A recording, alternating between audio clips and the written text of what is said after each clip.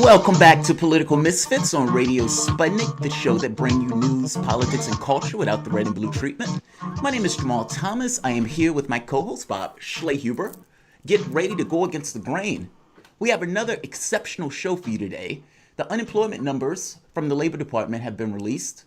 An additional 1.9 million people are out of a job from last week, bringing the total to over 42 million.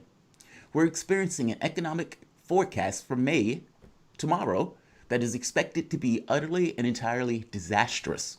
We're fortunate to be joined by one of my favorite people, Professor Richard Wolff, to discuss what this will mean for our society going forward and the political repercussions of an incompetent government unable to find solutions to the multiple instances of crisis that are currently availing us. A little later in the discussion, we have some good news on the George Floyd case, with Attorney General Keith Ellison upgrading the charges against killer ex-cop Derek Chauvin, in addition to new charges against the 3 accomplices that stood by and watched. We'll also discuss the backlash over Drew Brees' comment about kneeling during the national anthem, AG Bill Barr giving police expanded powers to violently suppress peaceful protesters, and cops raising Blue Lives Matter flags as they launch a wretched reign of terror across the United States against protesters and civilians alike. In the second hour, we'll discuss the backlash to an op-ed by Arkansas Senator Tom Cotton backing Donald Trump's unhinged call to use the Insurrection Act to deploy American military against American citizens. James Mad Dog Mathis speaking out against Donald Trump's declaration of war on the American public and the proliferation of cops hiding their badges while they're working that protest. There's only one reason they'll do that, and that's because they don't necessarily want to be identified when they are doing bad things. Last but not least, it is Thursday, which means the sexiest named show on the network, perhaps in the world, Trends with Benefits. We're going to continue with the police brutality and the precarious point to which our republic currently rests as media is systemically targeted and attacked by heavily armed police, emboldened by the lack of accountability. But first, let's start here. Our country right now is in the throes of an uprising that has engulfed the world. All over, you see mass uprisings. In some countries, you're seeing violence, for example, in Greece or in the UK. But there are mostly, the majority, are beautiful scenes of people coming together in order to repudiate what they consider to be an unjust system economically, but also in the context of human health. This is civil unrest, but it's civil unrest pushed on by righteous indignation.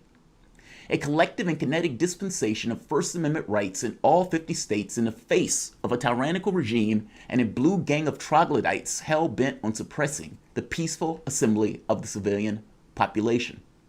Something that shouldn't be forgotten, however, is that the system that the public is currently rising up against was bipartisan, meaning one brick after the next was put into place by people on both sides of the political spectrum, Democrats and Republicans. Oftentimes, Democrats will use the excuse we didn't necessarily want to look weak, but whatever their excuse, they still put through the policies and the procedures that allowed our system to be what this system is, the exact system that we are all pushing to take down.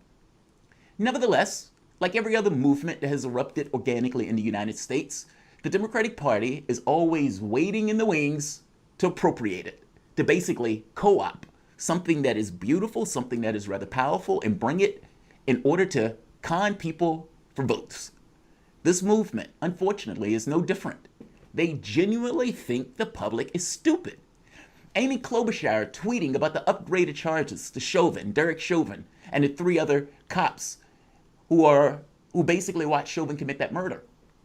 It's necessary to point out that Amy Klobuchar, why she's tweeting about this now and why she's talking about police accountability now, when she was in a position to do something as Minnesota AG, Chauvin, the one that murdered George Floyd, she let him off. Not just in the killing of Anthony Reyes, but also in multiple police shootings after the killing of Reyes, leading up until this murder right here. You think we're stupid. We don't need your commentary on this, Amy Klobuchar. Let's move to Joe Biden, who is in a picture that came out yesterday with him kneeling with several other black people behind him, flanking him, all of them wearing masks. They want to keep their distance, social distancing and all. But Joe Biden kneeling in that church with all of these other African Americans standing behind him. That picture is disgusting. Joe Biden, even now, is looking at one black person in the face and still lying about being part of the civil rights movement. Even now.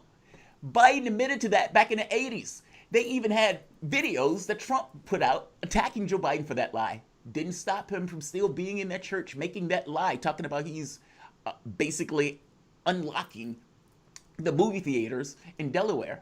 Nonsense. On top of that, this is also the person that constructed the Biden crime bill. He literally put through the basic laws that incentivize putting black bodies in cages, working with Singing in the Day like segregationists and outright racists to do so. Joe Biden, he bragged about it. He's been bragging about it for years. And that doesn't even touch the pushing back against the civil rights movement, the pushing through legislation to try to get rid of things like Social Security or pass a balanced budget amendment. I'm making the point to you that Joe Biden, while he is taking this knee, flanked by all of these African Americans now, for the entire time of his time while he was in Congress and in a position to do something, he took policy on the economic side and on the side of criminal justice to make our situation and to make our country that much worse. So all of this talk that he's bringing in now is basically repudiating everything that he's did for the entirety of his career. Joe Biden thinks we are stupid. This flagrant liar, honestly, thinks we are stupid. And last but certainly not least, and to be honest, not even last, I mean, we can go to Nancy Pelosi. There are lists of them who are out there basically trying to accommodate, to co-opt this very specific movement in order to get votes for one Joe Biden. But we got to go to Obama. Obama has been making a lot of noise as of late. In one video, he attacked Donald Trump. No necessarily complaints about the attacks on Donald Trump. Donald Trump has been incompetent in his handling of this virus. And that unhinged speech in the Rose Garden was massively hyperbolic. But just because Trump is horrible doesn't necessarily mean that Obama was great. Nor should there be any lusting over the time that Obama was in office. People have rose-colored glasses on this. This is just as bad to some degree as the people who've been lusting over George Bush, the man who got 1,000 or 1 million people killed. Not to mention we're still in those wars today as a result of what George Bush did. So George Bush and people who are backing him, the liberals who have all of a sudden started to love George Bush, can spare me the beauty of a war criminal as he comes out and attacks the current president. But Obama, let's be specific to Obama.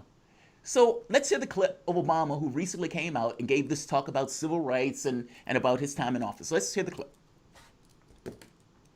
Challenges and structural problems here in the United States have been thrown into high relief. They're the outcomes not just of the immediate moments in time, but they're the result of a long history of slavery and Jim Crow and redlining and institutionalized racism that too often have been the plague, this original sin of our society. And in some ways, as tragic as these past few weeks have been, as difficult and scary and uncertain as they've been, they've also been an incredible opportunity. Yes, it has been an opportunity, one that you haven't assisted in the least, meaning we forget, or some people might forget, of Obama's time while he was in office. If you remember, Obama co-opted Occupy Wall Street in the language of Occupy Wall Street while turning around and arguing for the 99% while giving 95% of the income gains to the top 1%. Think about that. He co-opted Occupy Wall Street. Occupy Wall Street was a massive uprising of the public angry at basically the wealth being distributed to Wall Street, and Wall Street not having any consequences for their wealth being distributed to them. Obama gave 95% of the income to that top 1% while co-opting the movement and the language of Occupy Wall Street, simultaneously working with state and local governments to bash and beat up protesters in order to get those people away. He would be the first one to say, hey, I need the public to push me. No. When the public had that opportunity to do so, Obama squashed and crushed all of those protesters. On top of that, people forget Standing Rock, where what you're seeing now and the violence that is put forth on all of these people who are out there, these peaceful protesters, that violence was visited on Native Americans as they were praying, kneeling, trying to protect their water. Yes, that's Obama. He thinks we're stupid. And let's not forget Gates, the friend of Obama, where the cop locked up in his own home. And what did Obama do? He couldn't be bothered to say anything significant, couldn't be bothered to say anything strong. Instead, he wanted to have a beer summit to invite the cop that acted, quote unquote, stupidly and arrested the man in front of his own home. That's Obama. That's the person who we're talking about right here, who's giving these speech, the slow moving speech about civil rights and whatnot. All of them think we are stupid. Performative trash. They were in office. They had the opportunity to do something and they did squat. You had years and years of incrementalism that had gotten to the point of having the public so deadened in their expectations of the political system that they see Nancy Pelosi ripping up a speech or they see this nonsense and they swoon over the good years that did not exist. No, let's not let them co-opt this protest. Don't let them co-opt this movement. They may think we're stupid, but let's show them that we are not. Just because some random idiot is kneeling, just because some other person is taking a photo shot, doesn't necessarily mean that those people were instrumental in assisting you into what you are trying to get accomplished now. Don't fall for this nonsense. Bob, as an organizer, I would imagine you have to love Joe Biden kneeling or Obama coming out giving these little statements all of a sudden with these guys trying to get Biden elected, co-opting this movement. You have to love that. Yeah, the thing I think about Obama that really just pains me in my heart now to think about Erica Gardner, the daughter of Eric Gardner, who was killed on the streets in New York by the New York Police Department in 2014. In 2016, Erica Gardner was to speak at an ABC town hall with Barack Obama, and the network had lied to her about what she was going to be able to ask of Obama on television. And afterwards, when she was not given that space, she had to go up to Obama and basically scream at him about the 1033 program, which transfers military-grade weapons and equipment to local police forces, which is incredibly terrifying. And Barack Obama did not roll that back whatsoever. And now we're basically going to talk about the rest of our show. Obviously, Donald Trump's brought it to a whole new level of bringing military personnel and equipment to the streets in Washington, D.C. But across the country, these police officers and police districts who have all of those weaponry from the military under the administration of Barack Obama that transferred that to them are going to continue to wreak havoc on the population. And I think that needs to be kept in mind as well, Jamar Thomas. With that, though, Jamar, let's turn to our first break of the hour here on Political Misfits. We have a jam-packed show for you all today. In the first hour, we'll be talking about the latest job numbers with our show favorite, Dr. Richard Wolff. We'll also be talking about the upgraded charges against the officer who killed George Floyd, and NFL quarterback Drew Brees having to walk back comments regarding athletes using their position to protest America's injustices. If that's not enough for you, don't worry, Misfits. We have a second hour for you after that. You listen to Political Misfits on Radio Sputnik Live in D.C. We're back after this.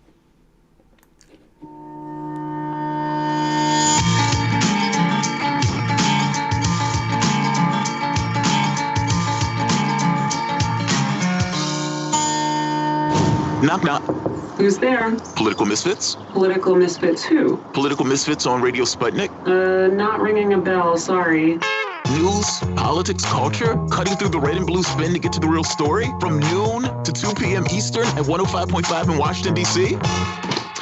Oh, it's Bob and Jamaro. Of course, come on in. Aren't you glad we didn't say MSNBC? Are you bored? Are you lonely?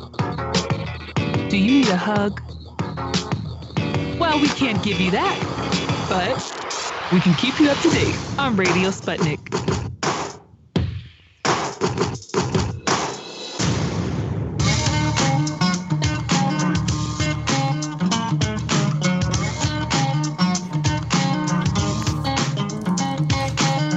Welcome back to Political Misfits on Radio Sputnik, the show that goes against the grain. My name is Jamal Thomas. I'm here with the indefatigable Bob Schlehuber.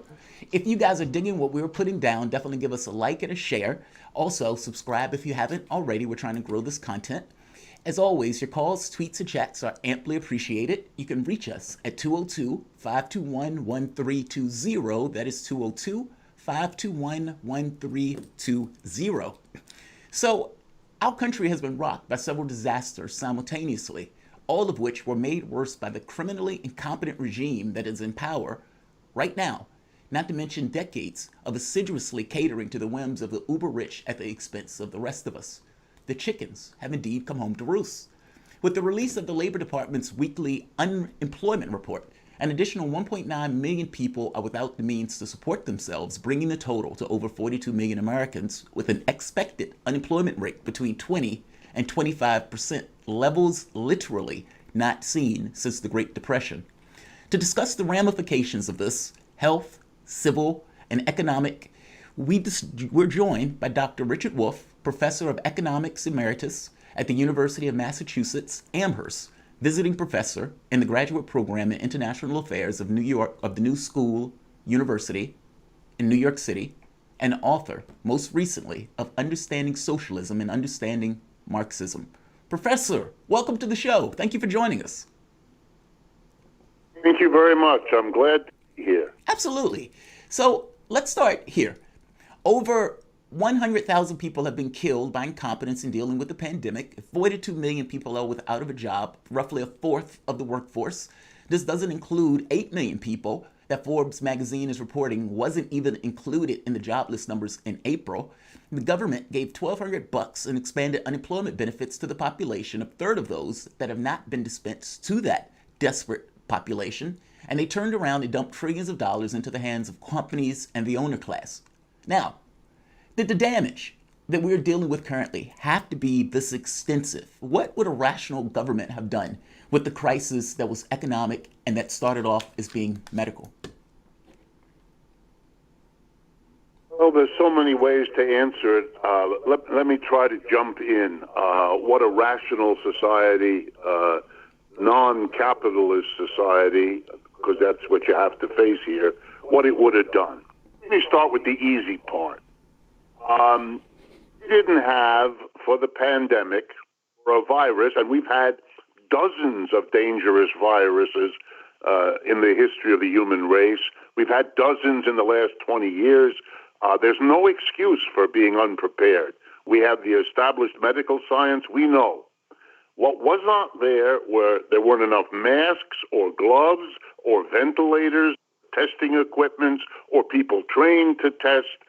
As we speak now, less than 5% of the American people have even been tested. We don't even know who has the disease. If we go back to work now, we will be surrounded by people who have not been tested and who could give us something we will take home and infect our families. The level of incompetent preparation here is stupefying. Why? Well, it's not profitable for a company to produce masks, keep them in a warehouse somewhere, waiting for months or years before the next virus comes. So the companies didn't produce it. You need a rocket science to understand this, and the same is true for hospitals, hospital beds, ventilators, you name it. Well, what a rational government would do when private enterprise doesn't do something we need, and let me point out, private enterprises do what's profitable. It wasn't profitable to be prepared for this virus. It's what we need to save our lives. It's what we need for public health, but it isn't profitable. And in capitalism, profit determines what gets produced. And everybody knows that. So the government could have come in and bought all those things, paid the price for them, given the damn corporations the profits without which they don't do what we need, and then we would have been prepared. And to give you an example of how that works, that's called the military. There's no profit in producing a tank or a missile or a rifle or any of the military equipment, storing it in a warehouse, waiting for the next war to happen so you can get the thing sold. So what the government does is it comes in and it buys the tanks and it buys the missiles just as fast as the capitalists can produce them, pays them a nifty price so they make big profits, and then it's the government that stores and monitors and distributes and stockpiles the millet. They could do exactly the same for our public health, but there's not a decision to do that. That's called system failure. But here comes the worst part. He knew capitalist economic system crashes on average every 4 to 7 years. That's been going on for 3 centuries. We know it. The last crash was in 2009. Most of us lived through it. We knew that if it's on average 4 to 7 years, come 2016, 2017, we would be due for the next one. We knew anything could set it off. In this case, it was a virus. But if it hadn't been a virus, it would have been something else. So this incompetent government allowed the system's profit-driven failure to produce what we need for public health against the virus to be combined with failing to prepare for or prevent the usual capitalist crash. So we get the two together and we have a complete system breakdown, which is what we're living through now. It is awful. The solutions were obvious, and the big obstacle, private profit, determining who does what, who pays or evades their taxes, what the government that is committed to private enterprise allows or thinks of doing, and you put all that together, and you have a system that does not work for 90% of the people. Speaking of that, because I'm glad you mentioned that, a system that does not work for 90% of the people. Basically, what is the point of government if it can't necessarily take care of its population, right? So put on your prognostication hat for me. If you were looking into all of these things that are basically availing us at one time, like you said, just one would have been enough to kind of push us into some level of economic crash. But you have multiple things hitting us at once. With economic disaster, I think you'd agree, there comes civil unrest. And even though we might have started off with this lightning rod being Floyd being murdered by the cops and that video of that being basically shown, this will change into something more broader in the sense of pushback against the economic system in general and the number of people who are being evicted or losing their jobs, correct? And so what are we to expect in the coming months? Let's say going out into the next 3 or 4 months as evictions go up, as people start losing their jobs that much more, people lose their health care, etc. What should we expect? It's very, very clear to me. But before I tell you, let me urge you, because you're in a position to help on this. Let's not get deflected. Let's not be told that it's the young people that are out in the streets, and so that this is all about the tension between young people and old people. Or it's about a white cop who killed a black man. That happens, as we know, tragically all the time in this country. It's a terrible thing. It has to be dealt with, although we failed as a society to do that. But that's not the key issue, as your question poses. The key issue is the top 5% against the rest of the 90 to 95%, white, black, brown, old, and young. Here's what I'm afraid is coming. Much more civil unrest, much more. And here's why. People don't want to talk about it, but it's blunt and it's clear. When you throw 42 million people out of work, especially in a short period of time, like the last 10 weeks, you are sending an engraved invitation to the employers of America. You have to understand that. The employers now have a situation in which they can go to those people who still have a job. They can say to them, I'm cutting your salary. I'm cutting your benefits. You're going to have to come in half an hour earlier. You're going to have to take a shorter lunch break.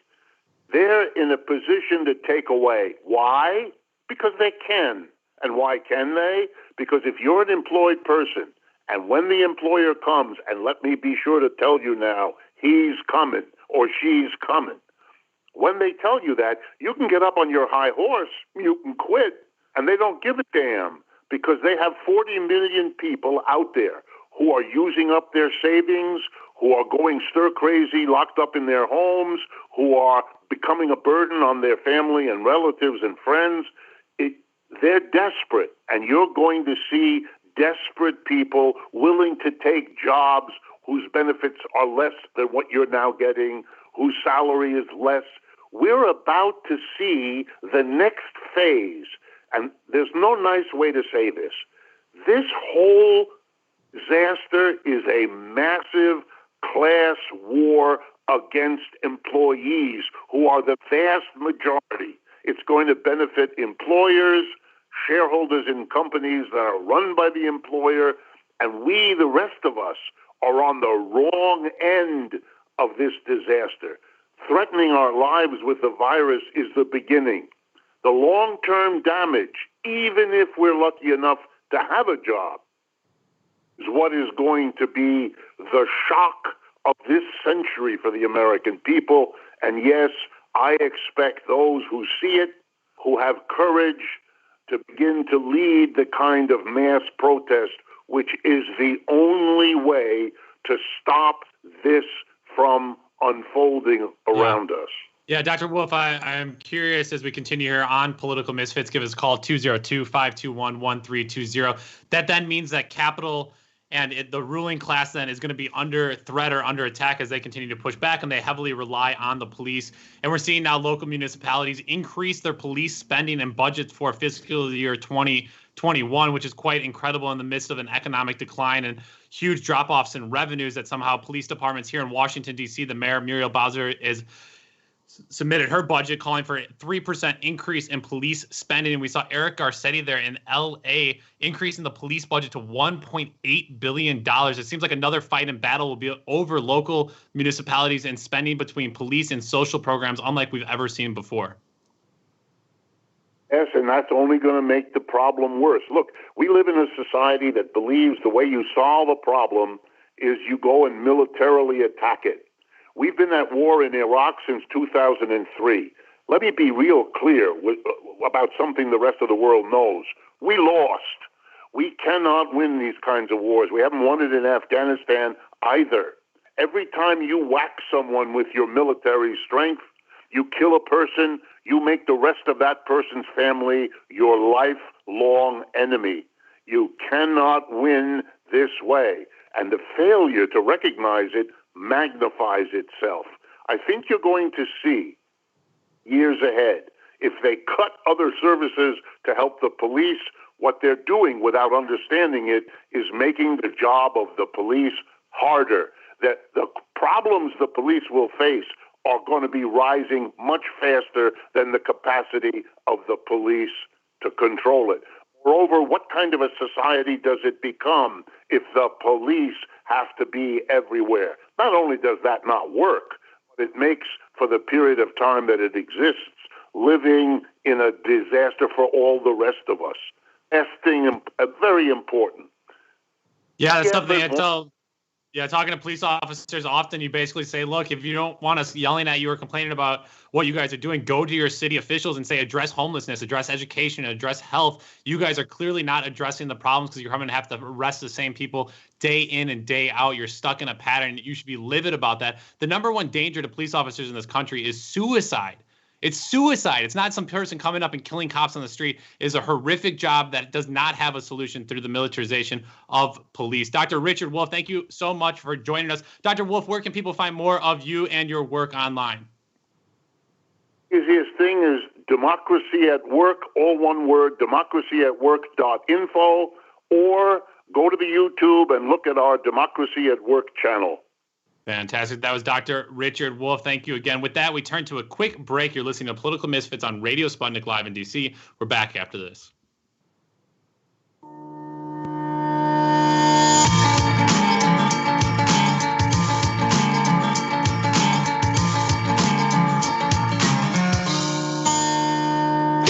We are above all the latest developments, and we don't take any sides. Radio Sputnik, telling the untold. Tune in to Loud and Clear with Brian Becker for the latest news, commentary, and political analysis. What's really behind the political and social crisis gripping the United States and the world? Forget the spoon-fed sound bites from the pundits who know so little about so much. We bring you independent experts, analysts, and activists. Learn what really makes the decision makers take from the boardrooms of Wall Street to the West Wing of the White House. Here is where the people fighting for change speak and are heard loud and clear, 5 days a week on Radio Sputnik and SputnikNews.com.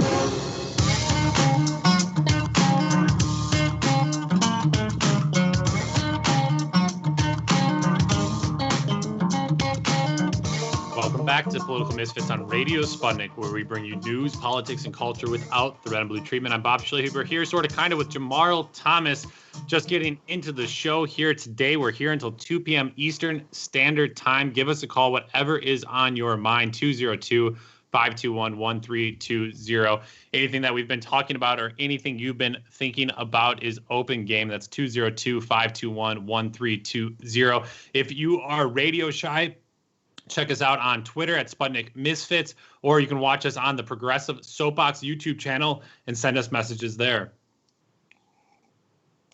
We continue our conversation now on the unrest and protests taken across the United States after the killing of one George Floyd there in Minneapolis. Yesterday there in the state of Minnesota, Attorney General Keith Ellison's office upgraded charges against the former Minneapolis police officer who knelt on George Floyd's neck and charged the other 3 officers at the scene with aiding and abetting murder. The other officers at the scene were each charged with aiding and abetting second-degree murder while committing a felony and with aiding and abetting second-degree manslaughter with culpable negligence. Both charges are categorized as unintentional felonies.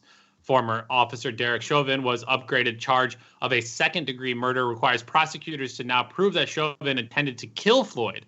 A charge of third-degree murder in Minnesota means that the defendant acted without regard for human life but did not intend to kill. Ellison said that while his office will seek justice for Floyd, he does not believe, quote, one successful prosecution can rectify the hurt and loss that so many people feel. The solution to that pain will be in the slow and difficult work of constructing justice and fairness in our society. Jamal, it's an interesting point now, right? I mean, obviously, it's one of those hard things. Good news that the charges were upgraded. Bad news because George Floyd is still dead. Good news that the remaining 3 officers were also charged. Bad news, George Floyd is still dead. Good news is that this will go to a court hearing and some type of judicial process. Bad news being that there are plenty of injustices in the courts in the United States, and it's clear that because of all the evidence we have, rarely are police officers ever actually found guilty. So now, not only were you trying to expose police brutality, police corruption, and the complicity that it has with the state, now we're going to enter a second phase where we're all reminded about the injustice of the legal system here in the United States, where now Ellison has to fight for conviction, and that's going to take months on end, right? These things don't happen swiftly as much as there's like swift justice in America. These things could take months on end to even construct the case, to then find a jury who hasn't heard about this case, which is going to be next to impossible at this point. Just kind of curious what you think about the next phase here, and any of our listeners out there, give us a call, 202-521-1320. Jamal, what do you make of these upgraded charges, and what do you make of Ellison and the case moving forward? You know, I think you're right. I mean, my first thought was when they gave the case to Ellison that they were serious about it. Like them taking it from the hands of, the Hennepin Freeman, that the attorney in Minnesota, giving it to AG Ellison. I thought, okay, they were being serious about it, that they actually were going to try to squash or to try to bring down the level of anger that's out in the public that's been running across the United States. So I accept that he's doing the charges. I would make one point, though, that people sometimes mistake injustice for just the prosecution. There is no way to balance that equation. It is impossible. The only thing you can do is try to prosecute and, more importantly, to not let it happen again. Like, I would make the argument that justice is when your society believes and cares about something so extensively that you make a concerted effort to not have something happen again. And up to this point, we've been basically dealing with something that took place 10 years ago, almost exactly the same thing, with the person still screaming, "I can't breathe," and with the cop continuing to basically say, "I don't care." So I think you're right about this notion of we're also now going to see a justice system, and whether or not that justice system is going to convict. 99% of these have no convictions or even charges. So this is just an it's one of those weird situations too, because you wonder if, like, tomorrow the United States worked in a way that they were like Chauvin death penalty and they kill the guy tomorrow because of he killed George Floyd. What that would do to the mass protest if people are focused in on justice for Floyd, or for me, it feels like it's grown to be something much, much more. I mean, Breonna Taylor, you have Ahmaud Arbery. I mean, it was kind of a cascading effect that we had that led up to the George Floyd incident that had basically people really kind of on tense edge the weeks before that actually happened, that something broader would happen. And then, I think, I don't know if this is a fair comparison, and I feel like I want to be careful with what I say here. It feels a lot like what the conversations we've had around the Me Too movement, where so much of it becomes individualized around specific actors as opposed to kind of the larger conversation that we're talking about. It's not just police brutality. It's not just one officer here and there. It's the entire system. It's all of capitalism. It's anybody that wields power against their employees. I mean, it's so much broader than just this one incident.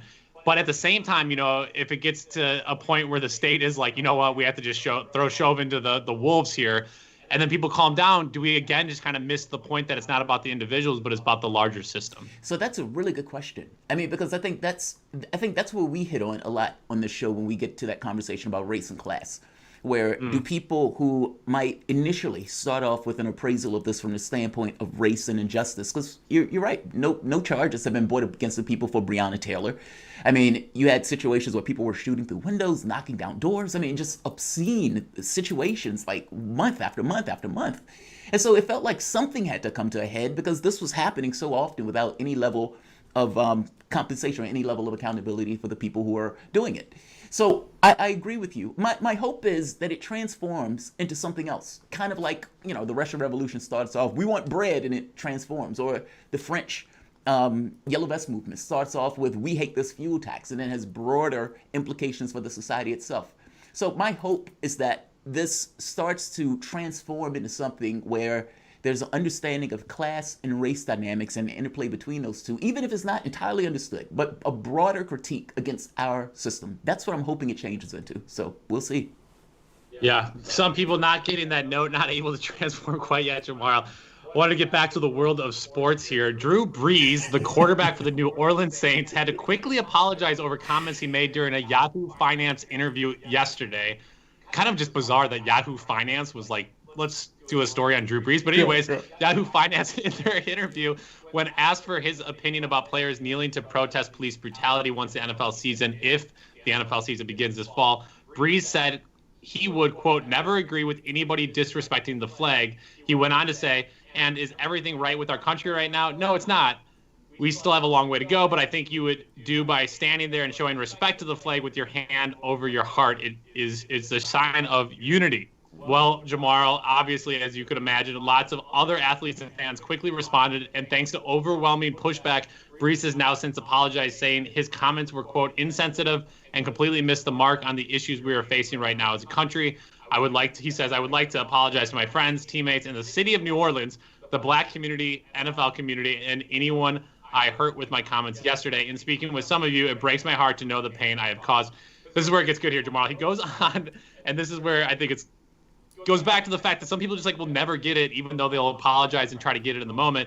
Brees goes on to say, I acknowledge that we as Americans, including myself, have not done enough to fight for the equality or truly understand the struggles and plight of the Black community. I recognize that I'm part of the solution and can be a leader for the Black community in this movement. Jamal Thomas, are you following Drew Brees in this moment? That's hilarious. He said that? I could be. He went from being hyper against it to I'm going to lead the Black people's movement. I got y'all. That's hilarious. That's like a 180, big time 180. He's like, yeah, I don't want people disrespecting the flag. No, screw that. I'm going to lead this movement. I love that. I'm always amazed at how people put so much emphasis on imaginary things, even at the expense of real things like life. I mean, the job, throwing the pigskin down the field to a bunch of overly large men, it's not real. The NFL is not real. Those things are thought things. Yeah. Even the flag or the country, those things are just imaginary ideas that people kind of accrue around. The reality of it is human beings are real.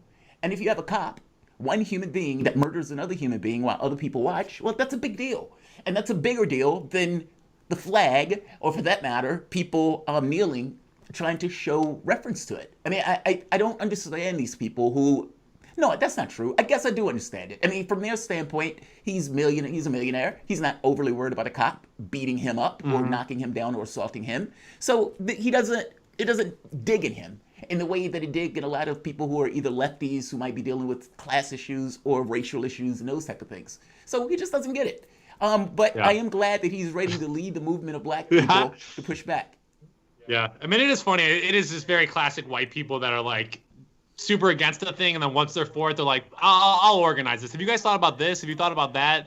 It's like, oh my God, these people have been working on this stuff for like, I don't know, decades, if not centuries at this point. Like, go read a book or talk about other things. The flag for me, Jamar, I'm kind of curious your thoughts on it too. Like, what is the American flag mean for these people at that point? Because for me, if it was to mean something or it would have something to say about something, it would say about what your country stands for. So wouldn't that flag talk about housing for all, or healthcare for all, or food security for all, or job or at least guidance for all, or some type of social service and support network for all? What does it stand for if not for a country that actually provides and cares for one another and works together? Because for me, so often it's a sign of patriotism when it comes to war making, when it comes to individualism. And so what does the flag mean for a Drew Brees that is out there talking about we need to respect it? Because clearly it can't mean what I think it would mean about the well-being of all of your society if at the same time none of those things are going addressed. So Drew Brees, do you think people aren't homeless in the country? Do you think people are getting adequate meals in the country?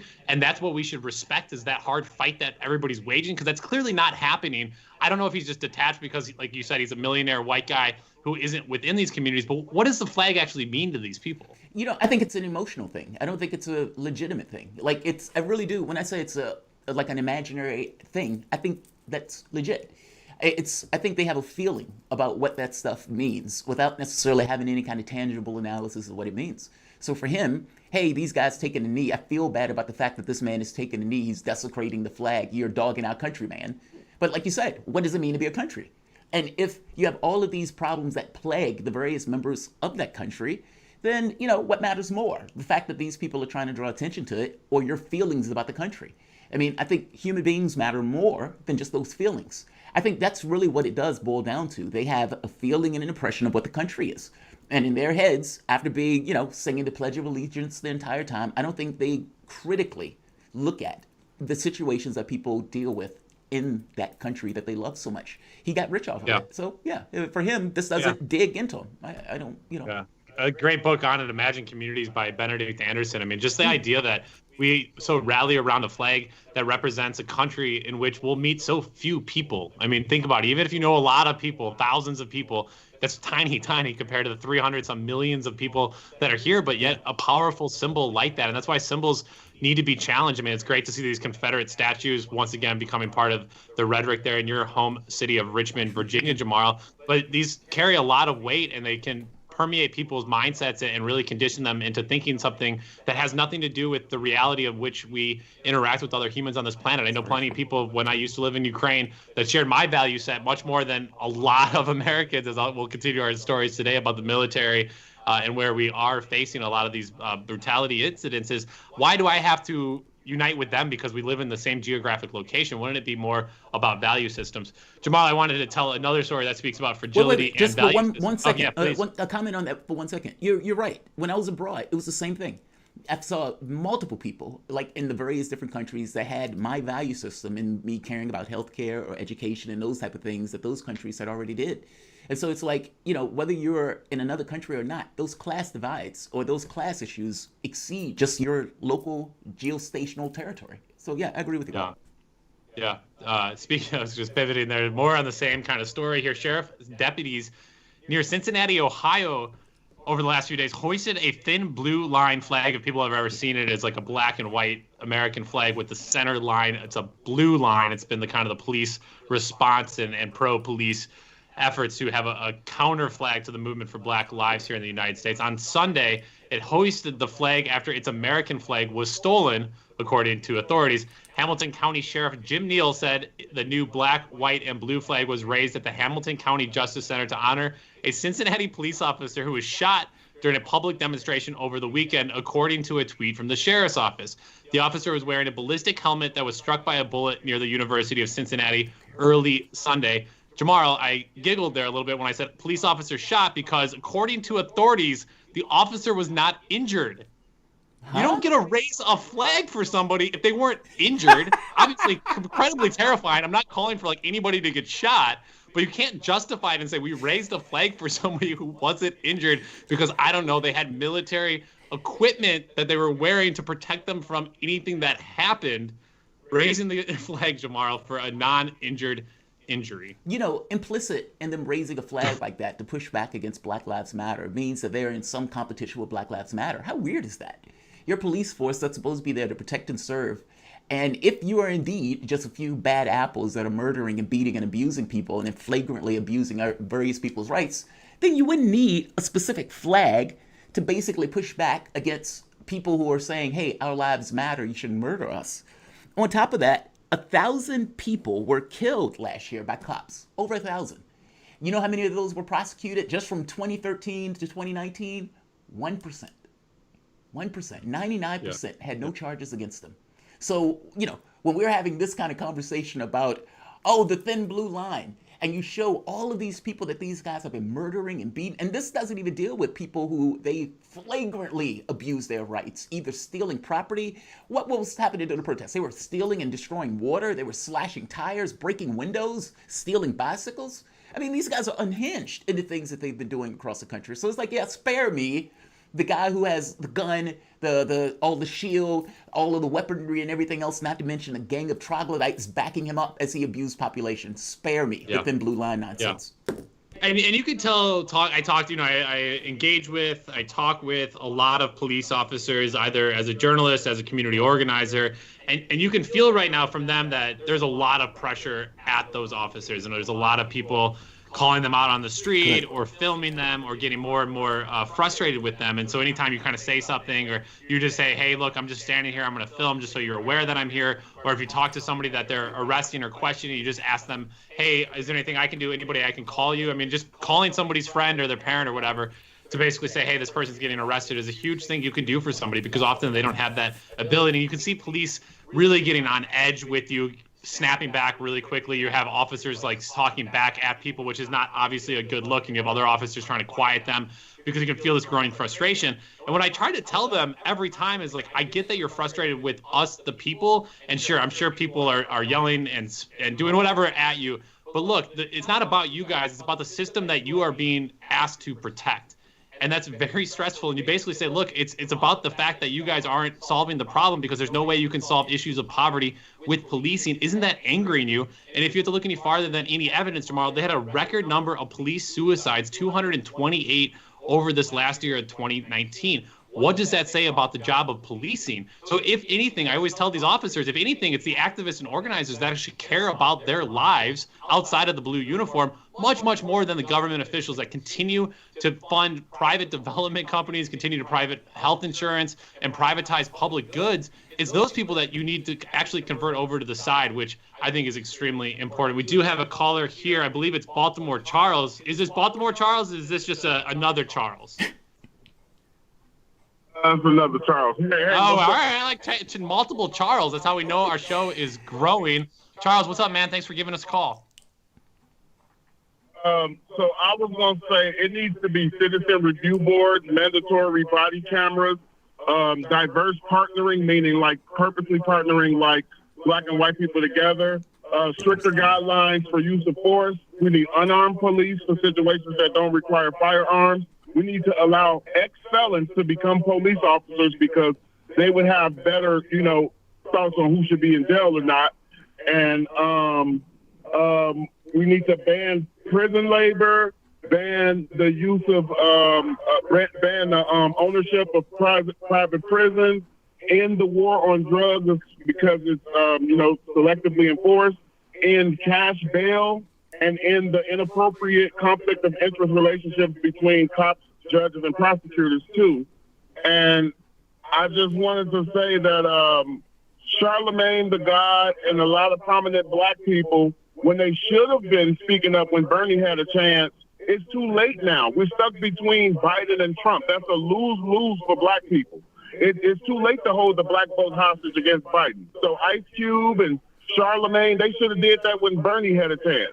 These are the same people who was telling people not to vote for Bernie because he don't support reparations. Now they want to hold the black. It's too late for that.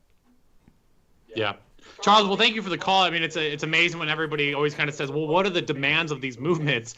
And then Charles right there can rip off 10 different demands of the movement right now that would have dramatic differences in the communities.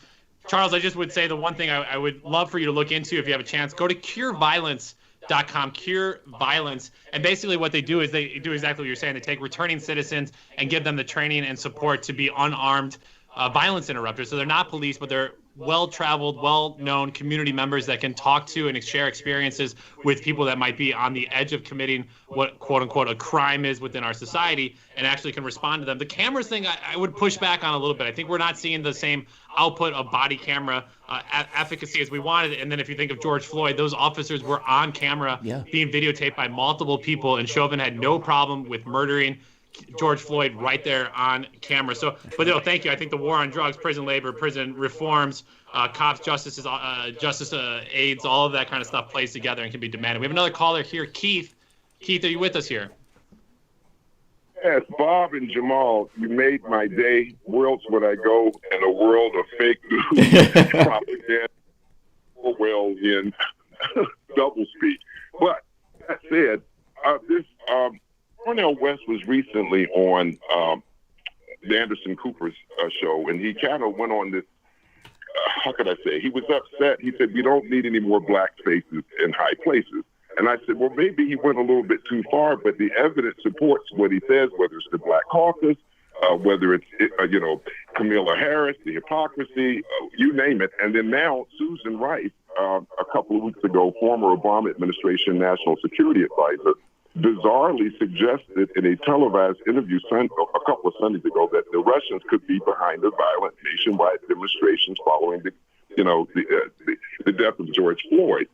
I want you to kind of unpack this for me. I don't want to broad sweep every person that's black in a high place. And then recently Obama comes on and gives some, what they used to say where I worked, I was a diplomat at one time. What's the definition of a diplomat? Someone who thinks twice before saying nothing. So I want to unpack all this, please. Thanks, man. I appreciate your call. Look, I agree with Cornel West. I mean, it's not so much that when people make the argument, hey, we should have more blacks, and so, yes, I'm not against that.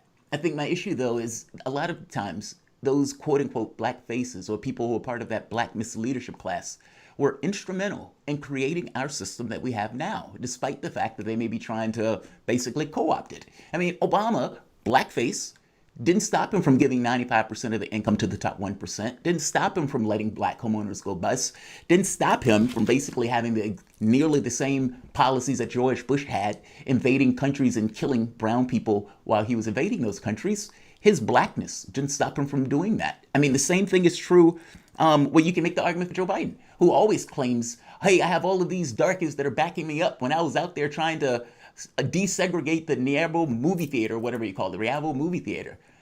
Joe Biden lies about that.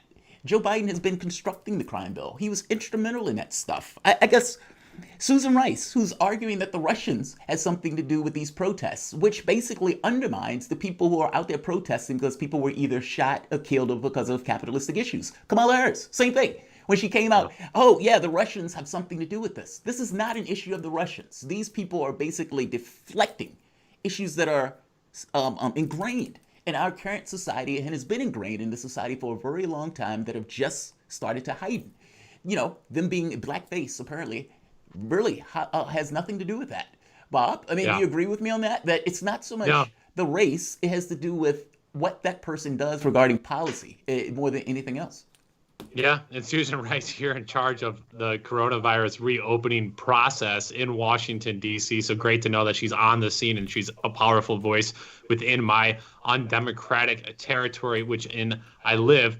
Some news out here, William Barr speaking today to the American people, saying that their surveillance and enforcement functions are running in high gear, paraphrasing a little bit there. And FBI Chief Wray also saying Antifa is hijacking the protests, commit violence, and that FBI terrorism task forces across the country have been directed to help apprehend violent elements in the protest. I'm not going to give it away here because obviously there's plenty of undercover police that can see what's happening. But I mean, it was interesting on Monday night, walking with the protesters, and you have ebbs and flows of these moments, because a lot of people are like, well, who's leading it? Who's the leader? Is it whatever? There are no demands. It's really fascinating to watch 200 people kind of march over the course of 4 or 5 hours, because you have people kind of come into the protest, leave the protest. You have some people get tired and fall back. Other people kind of naturally step forward. And what happened with us the other night was that basically we were with a few large groups. They converged. People had talked, and they basically got to a corner right before they got into one of the higher priced areas that have been kind of an eyesore for people that have been demanding food and justice and housing and education.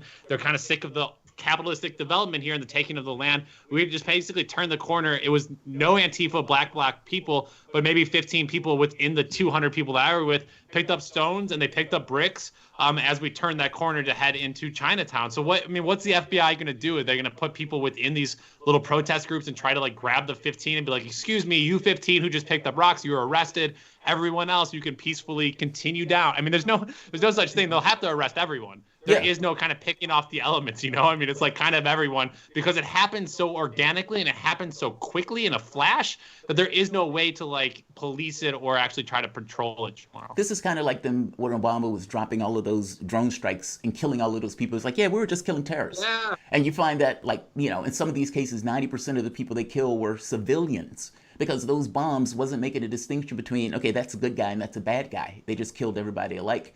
It's the same thing. When they kept arguing, when people kept saying terrorists, terrorists, terrorists, one of the things I kept saying was at some point you realize that doesn't have a term. That's not a real term. Yes, you can use it, but it's entirely relative. It's not specific where it's an objective thing of who is a terrorist and who is not. Your terrorist is somebody else's freedom fighter. And in the same case, this has now become domestic. With Trump, keep using the term terrorist, and I kept saying, oh, that's disturbing, because if he's using that term and they started using the processes of law to try to declare human beings, just normal Americans who are out there protesting First Amendment rights, then those people, by our government, will get considered to be enemies of the state, which is basically what Barr is doing right now. Because like you said, there's no way he can say that guy's Antifa and that guy's not, because Antifa is not a real thing. It's a perspective of the world. It's a thing to which you look at and you say, I'm against this kind of fascist development. And while you might have some people who consider themselves Antifa or whatnot, it's not a real or an organization in an objective sense. But their attacks and the people who they say we're going after the terrorists, they're basically meaning everybody that is out there that is protesting has just become fair game to this war on Americans. That's the disturbing statement by Barr. Yeah, I mean, and this is, again, I can focus on conservatives all day, and just how obviously conservatives are the problem, the major problem in this country. But if you go back to liberals, where Dr. King, when he's talking about the white liberal actually being much of the problem, is because these are the people that espouse they want social justice, they want equity and everything. But they just spent the last 4 years following Adam Schiff, who's basically holding up FBI Russiagate stuff and talking about how great the FBI is an institution, and Donald Trump and the FBI were at odds with each other, and if only James Comey and Peter Strzok and all those other FBI agents would have been able to successfully take down Donald Trump, we wouldn't be in this place right now. Well, they all failed. And you all validated the FBI. And what's the FBI going to do right now? They're going to continue to work with the state. They're going to continue to work with Donald Trump. They're going to continue targeting you and your family, even if you go as peaceful protesters, as long as they're doing exactly what you're saying, Jamal, targeting Antifa, which is just a made-up thing that gives them blanket ability to cover and surveil everyone, which they're already doing. This is liberals and conservatives doing collectively together. And that needs to be understood. It's both. It's not like the white, what they say, the white liberal, basically the moderate, that allows the conservatives or whoever else to do what they do without really pushing back. Meaning they may give voice against it, but when it really gets down to the nub of it, they are enshrining those policies and making sure those policies stay in place. Just like, for example, George Bush passes a massive tax cut. What does Obama come in? Obama enshrines 80% of it into law. Or Trump drops the tax rate, corporate tax rate. What is Joe Biden saying he's going to do? He's going to raise it, but still have it below what Obama was. So basically the trend line is that it's lower than what it was beforehand. No, you're right. These guys make the system what it is. It's quite much. We do need to take a quick break here. We are at the end of the hour, but we're going to continue this conversation after the turn. We're joined by Dr. Gerald Horne to talk about the incredible number of local and federal police flooding the streets of Washington, D.C., the incredible shift in support for the Black Lives Matter movement over the last month, and in our weekly Trends with Benefits segment, we'll look at the trends of police attacking journalists at protests. That trend is not your friend. All of that and much more. You're listening to Political Misfits on Radio Sputnik Live in D.C. We're back after this.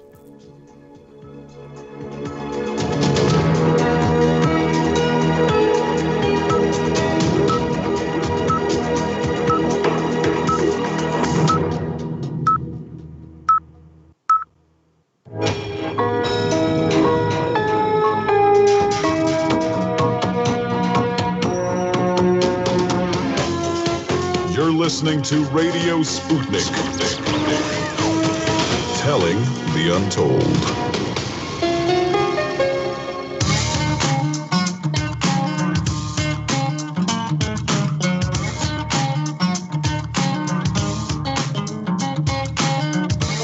Back to Political Misfits on Radio Sputnik, where we bring you news, politics, and culture without the red and blue treatment. I'm Bob Schlehuber here, sort of kind of with Jamarl Thomas. We continue into our second hour of news, politics, and culture on Political Misfits here. Give us a call, 202-521-1320. We've had a heck of a show so far. Dr. Richard Wolff joined us in the first hour to talk about the latest economic numbers, talking about the continued protests around the country, and we got a treat for you here. We are now joined by Dr. Gerald Horne, historian and chair of history and African American studies at the University of Houston. Dr. Horne, welcome back to the show.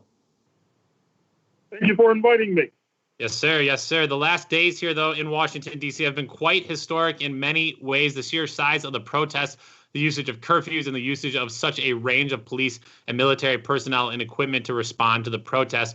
And with that extra personnel comes a lot of incoordination. And with more and more police, there is less and less accountability. For example, reported live on Monday evening when the D.C. National Guard lowered a helicopter just hundreds of feet off the ground to deter myself, other journalists, and protesters from moving through Chinatown, Washington, D.C. Well, get this. The AP is reporting that, quote, the National Guard of the District of Columbia is investigating the use of one of its helicopters to make a show of force against protesters near the White House. The helicopter, normally designated for use in medical evacuations, hovered low enough to create a deafening noise and spray protesters with rotor wash on Monday. The commanding general of the D.C. Guard, Major General William Walker, said in a statement Wednesday that he directed the investigation.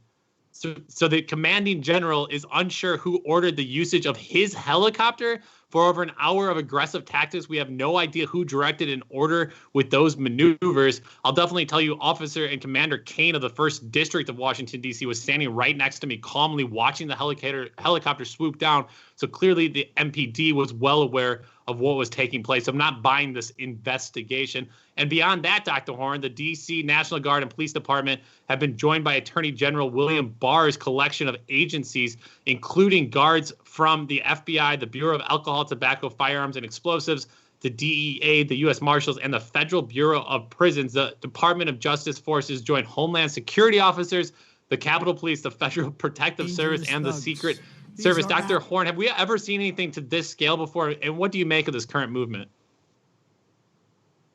Well, I think it's obviously an ominous and dangerous turn of events. When Mr. Trump had his photo op at the church across the street from the White House, Mr. Ron Wyden of Oregon suggested that this was, quote, a fascist, unquote, maneuver, a point that I think we should take very seriously. Also take very seriously the fact that the former Pentagon chief, James Mattis, announced Mr. Trump. This is important not only because Mr. Mattis had not aimed to denounce Mr. Trump previously, although they split apparently some months ago, but obviously what's happening is a rift at the highest levels of the U.S. national security establishment, which on the one hand bodes well for our movement because it's oftentimes difficult for that elite to move in united fashion when they're split. On the other hand, given the erratic, unhinged leadership of Mr. Trump, as evidenced by that photo op at the church, he obviously wants to give an image of being a stand-up guy, some sort of tough guy. a gangster wanting to be a dictator, in the words of Spike Lee, the filmmaker. And again, on that point of a rift in the national security establishment, pay careful and close attention to the recent interviews of current Pentagon Chief Mark Esper, where he seemed to suggest that he felt tricked when he showed up at the White House for a meeting and wound up being part of a photo op across the street from the White House. Now, obviously, Mr. Trump is running scared to a certain degree. That's evidenced by his descending into the bowels of the White House into a bunker. Of course, Bunker Boy is now trending on. He said he was just checking it out, Dr. Horn, just for note there from the Mr. Trump. Well, if you believe that, I have a tell you. But in any case, obviously, his fear and fright is something that he would like to counteract now by acting like tough guy number one. And above all, I'd like to emphasize and underscore and underline the point that you made a moment ago, which is that the people of Washington, D.C., particularly the activists, are probably the most heavily surveilled activists on planet Earth. It's not only, as you suggested, the DEA and the FBI and the CIA and Department of Homeland Security and the Park Police, the Secret Service, and on and on and on, but it's also the point that Mr. Trump has more leeway with regard to taking roughhouse tactics in the federal district, the area around the White House, the area around the Capitol, than he might have in other parts of the United States of America, where, for the most part, he would have to go through the governor's state house in order to take those sorts of roughhouse tactics.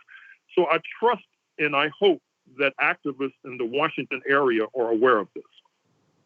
Yeah, I was taking video the other night and I posted it and somebody messaged me saying the people that were basically breaking the glass and windows there at the AFL-CIO building, they asked me to take down the video because it clearly showed the faces of the people that were breaking the windows, and I happily did. It wasn't a big deal for me whatsoever, but I basically said to them, look, I'm pretty confident there are plenty of cameras in a 4 or 5 block radius of downtown Washington, D.C., that these people breaking the glass were caught on camera by a range of different people, the incredible surveillance state that we live in here in Washington, D.C. I think nearly 31 different arresting agencies are here in the district with cameras everywhere. I mean, basically, we just have to work under the assumption that you're always being watched, that somebody within your meetings is an undercover police officer. We saw that with the J20 protest, the anti-Trump inaugural protest, where people were found to later be saying stuff to undercover police that were used against them when they actually had to go to court. So if you're not operating in a complete transparency and you think you're being secretive whatsoever, you're not. You might as well just be completely transparent and just realize everyone is always listening. Do not be sarcastic. Do not say anything that can be turned against you. Transcripts don't read sarcasm. Dr. Horn, you talk about the unhinged nature of where we are there. We see Mark Esper and then Mad Dog Mattis speaking out against Donald Trump. I don't know what to make of Mattis speaking out. I think it's a little too late after you upheld the guy and basically helped with the American empire as a general for decades that you don't have a credible voice in my ears. But one person that went extremely unhinged here, Senator Tom Cotton, penning an op-ed in the New York Times, writing this week, rioters have plunged many American cities into anarchy, recalling the widespread violence of the 1960s. And he says the pace of looting and disorder may fluctuate from night to night, but it's past the time to support local enforcement with federal authority. Some governors have mobilized the National Guard, yet others refuse. In these circumstances, the Insurrection Act authorizes the president to employ the military or any other means in cases of insurrection or obstruction to the laws. Dr. Horn, I wanted to ask you about what he continues to write here, whether or not he is right here. He says the venerable law, nearly as old as our republic itself, doesn't amount to, quote, martial law or the end of democracy, as some excitable critics, ignorant of both the law and our history, have comically suggested. Dr. Horn, are we ignorant? Are we excitable? Are we not knowing our history here? What do you make of this? No, to the contrary, I think we're sober and we're realistic. We recognize that fascism comes in on cat-like feet, step by step. And if we do not block it at its inception, we're going to be in a difficult and disadvantageous position if we try to block it after it's fully bloomed. Certainly, with regard to that piece by Senator Tom Cotton, Arkansas, it has caused an uproar in the New York Times itself, The black journalists at the New York Times in particular took umbrage. They said that this put them in jeopardy and put them in danger. And I dare say that he's correct, that they're correct, because we all know that when the iron fist comes down heavily on the civilian population, black people in the first instance will be the first to be pulverized and punished.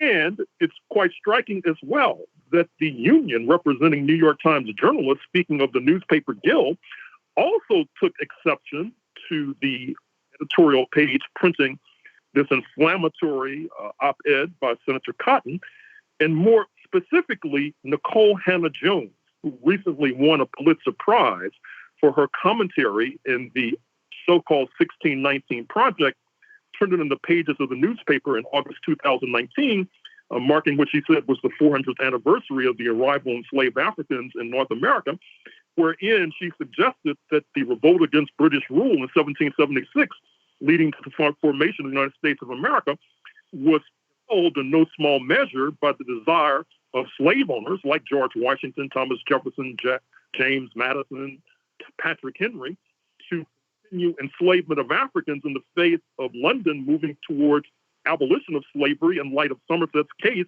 of 1772. And of course, that's ignited a firestorm on its own.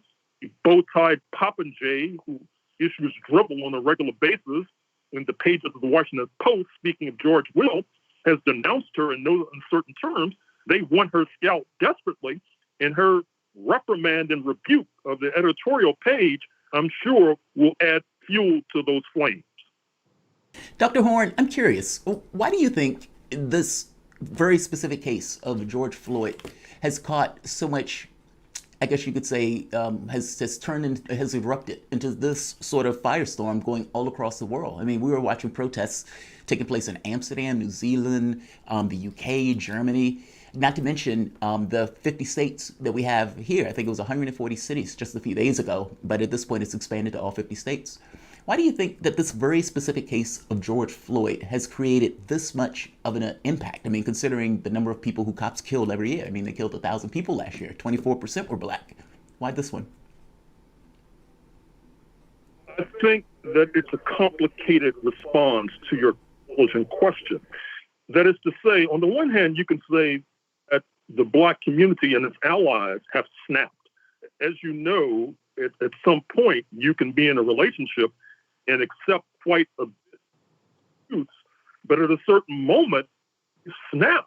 And I think that that's what's happened with regard to this abusive relationship that black people endure with the United States of America.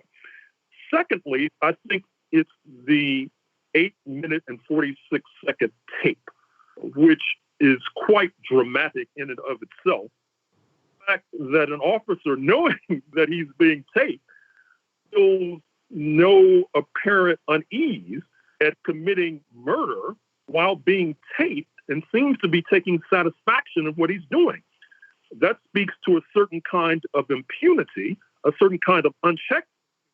And I think that the black community and the black community's allies recognize that, as the saying goes, there but for the grace of God go I, and that if this can happen to George Floyd, it can happen to any one of us. And so therefore, like the Emmett Till case in the mid-1950s in Mississippi, which had a similarly catalytic impact on struggle and protest, this was an example of a community engaging in a collective protest and, as I said, snapping. And then there's the Trump phenomenon. I think that not only the black community and its allies, but the whole world has been seeking an opportunity to push back, not only against Trump, but Trumpism. Because keep in mind that it's not just one individual. It's 62 to 63 million people who voted for the oath in the Oval Office.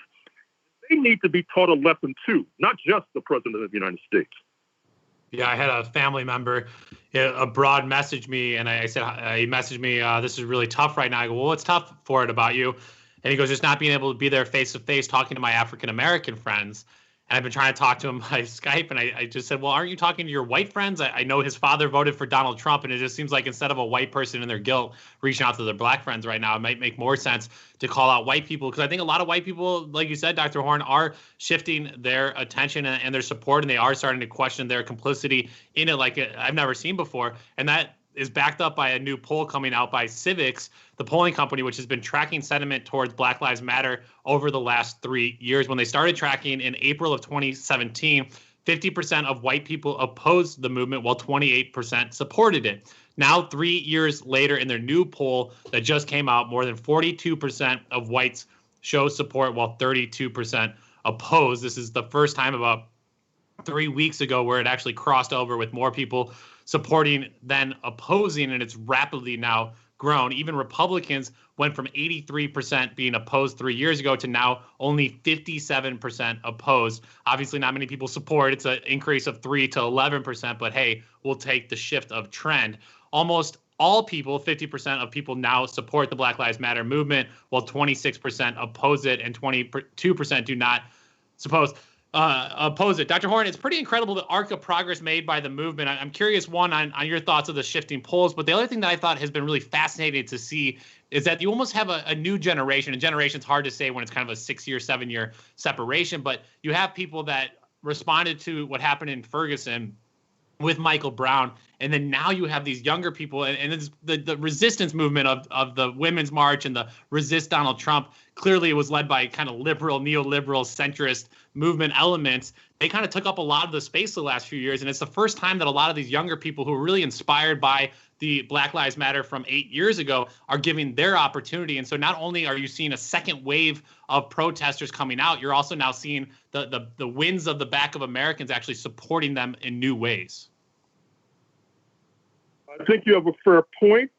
I'm heartened by the number of youthful faces that I see in the front lines. I'm heartened by what's called in the United States the multiracial, multi-ethnic nature of the protesters. It bodes well for the future. But up the corks on the champagne bottles yet. There's still a steep uphill climb. I'm old enough to remember the jury in the case of Rodney King, the black motorist caught on tape as officers of the law went to town on his head and on his skull. And we all know that somehow the jury found it appropriate not to convict this trial. I watched the press conference with Keith Ellison, the Attorney General of the state of Minnesota, who's taken over the prosecution of the 4 officers in the Floyd case, not least because of the apparent lethargy of the Hennepin County prosecutors who took such a long time and then brought a mere third-degree murder charge against the officers. It's apparent that Mr. Ellison feels that he cannot guarantee a just verdict in this case, and I agree with him, which brings us to a point you mentioned some moments ago, which is the global protests, which I think have been exceedingly important in helping us to get to where we are today. Because I think that these protests, they feed upon each other. It's just like in the United States, when one city sees another city engaged in a protest, they feel that they should emulate them. And the same thing happens abroad. And in that context, what's particularly significant and profound is the fact that a leading representative of the African Union headquartered in Addis Ababa, Ethiopia, which represents the 4 dozen plus African nations in the African Union, called in the U.S. representative for addressing down, in which the U.S. representative was subjected to a reading of the Riot Act. This is very significant and very profound, but I dare say that once again, if we do not make a concerted effort to change the minds by any means necessary of that 63 million strong Trump base to knock some sense into their thickened skulls, we may be on the verge not only of a long, hot summer, but a long, hot century. We're joined by Professor Gerald Horne. You can call us at 202-521-1320. That is 202-521-1320. We're coming out of D.C. Professor Horne, one of the things that have disturbed me is the way that the language that the Trump administration is using to basically talk about protesters being Americans who are pushing for their civil rights, their First Amendment rights, and basically peaceful protesting. Like any other situation, you might have a small pocket here or there of people being unruly, but for the most part, the protests have been peaceful.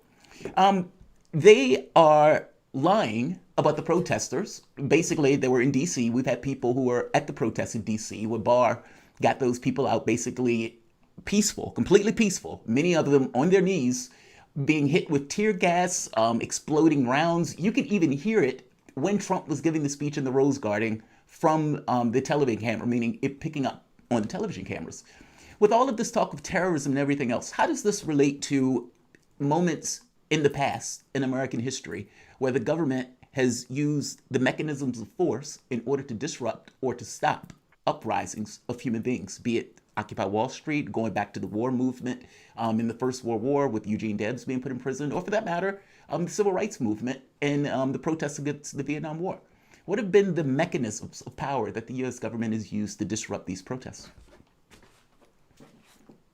Well, what comes quickly to mind is the counterintelligence program of the FBI, COINTELPRO, which beginning in the 1950s was used in the first instance to disrupt the activities of the U.S. Communist Party and those within its orbit, including the great Paul Robeson, but quickly expanded its remit and jurisdiction to involve destabilization of the movement led by Dr. Martin Luther King Jr., who you may recall was surveilled intensely, and the leader of the FBI, the pugnacious bulldog J. Edgar Hoover, tried to induce Dr. King to commit suicide, believe it or not.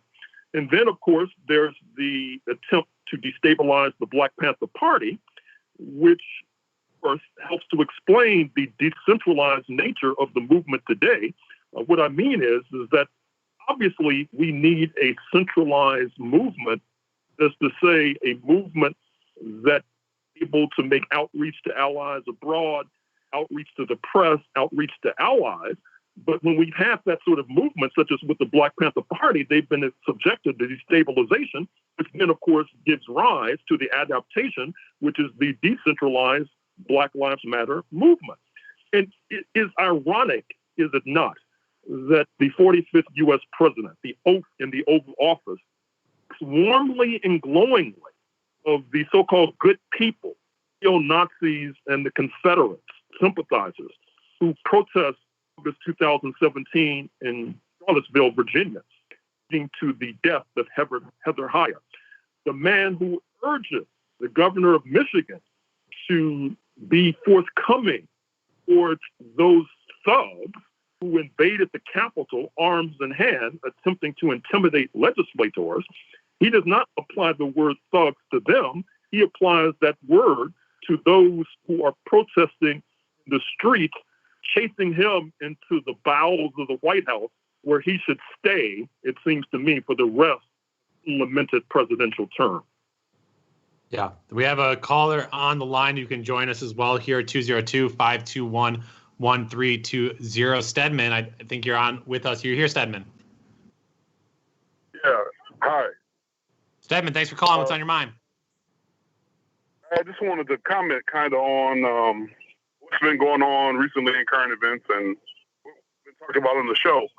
Just, I try to study history as much as I can, civil rights movements and world history, revolutions around the world throughout history. And I'm just really pessimistic about the American multicultural, multiracial movement that is, I guess, coming to pass right now. I just think, that it's a lot of this lip service. I mean, you look at the photo out with Joe Biden, how Democrats and, even Obama is trying to make we all need to stand up and put pressure on people in power. He was the president for 8 years. Biden was vice president for 8 years. And nobody ever put pressure on them, and they never did anything to make any changes. Obama never repealed the militarization of police. And so what's happening is, I feel like a lot of like what you were saying, where white people are trying to talk to black people instead of talking to their families. You see a lot of people trying to look at Biden as the alternative to Trump, as a legitimate alternative. And I think we need to try to focus on holding power accountable, regardless of party, but look for prioritizing policy and not people, Another thing I want to leave everybody with, there's a poem by Gil Scott-Heron, the great African-American poet. Gil Scott-Heron called Comment Number One. You can find it on YouTube. Comment Number One. It's from his Flying Dutchman Sessions album. And it talks about protests. It talks about the SDOS, the Students for Democratic Society, SDS, the Young Lords and the Black Panthers, and the so-called idea of the Rainbow Coalition. So I think it's really pertinent to listen to that right now because the words are still true today. So if we can take heed to what he was saying in the 60s, maybe this revolution can actually do something. Maybe this revolution won't be televised because it will be live. So thank you. Sedman, thank you for your call. Dr. Horn, what do you think? Well, I think that Stedman, and I assume that's not Stedman Graham, the partner of Oprah Winfrey, although you never know on radio. There we go. In any case, he has a point when he reprimands and rebukes Vice President Biden. You may recall speaking to Black people in a church the other day in Wilmington, Delaware, that the alternative, the Republican alternative to shooting people in the head or the heart, be shooting them in the leg. Yeah. That's evil. Maybe it's the evil of two lessers. In any case, I think that represents that Stedman underscore.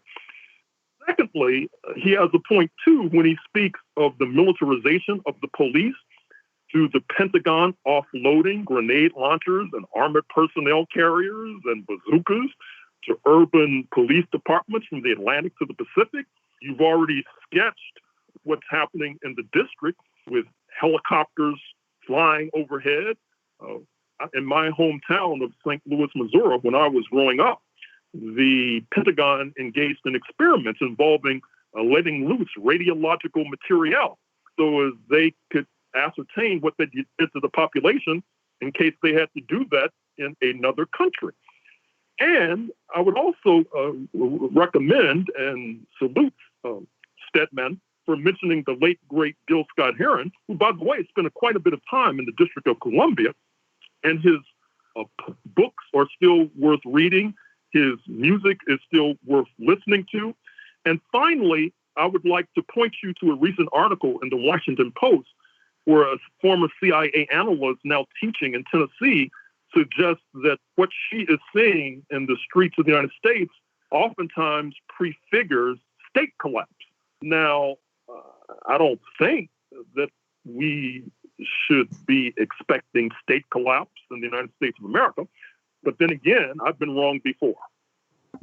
Yeah, an incredible moment. We just have a few minutes left here with you, Dr. Horn. I know we were talking a little bit about the media and the backlash to Tom Cotton's letter there being published in the New York Times. I'm curious what you make of the media and their coverage thus far of the protest. And I think our media is at such a sensationalized, clickbait-driven capital state that I don't know if they're going to be able to capture and help process this in the general populace. And I think that's also the concern for me, is if people are kind of aware of this in a flashpoint, they then need to be educated to fully what's happening. And the media, a month ago, you would have thought every single Michiganer in the state there had a gun and was at the Capitol, when it was actually small crowds of people. But the way in which it was covered, it seems like every American was rushing with guns to their capitals. And then now they covered it, it seems like every single protester out there is causing property damage. And I'll leave my thoughts towards what I think about people causing property damage when those lands have already been stolen from other people well before them. They didn't have a problem when they stole the land and rioted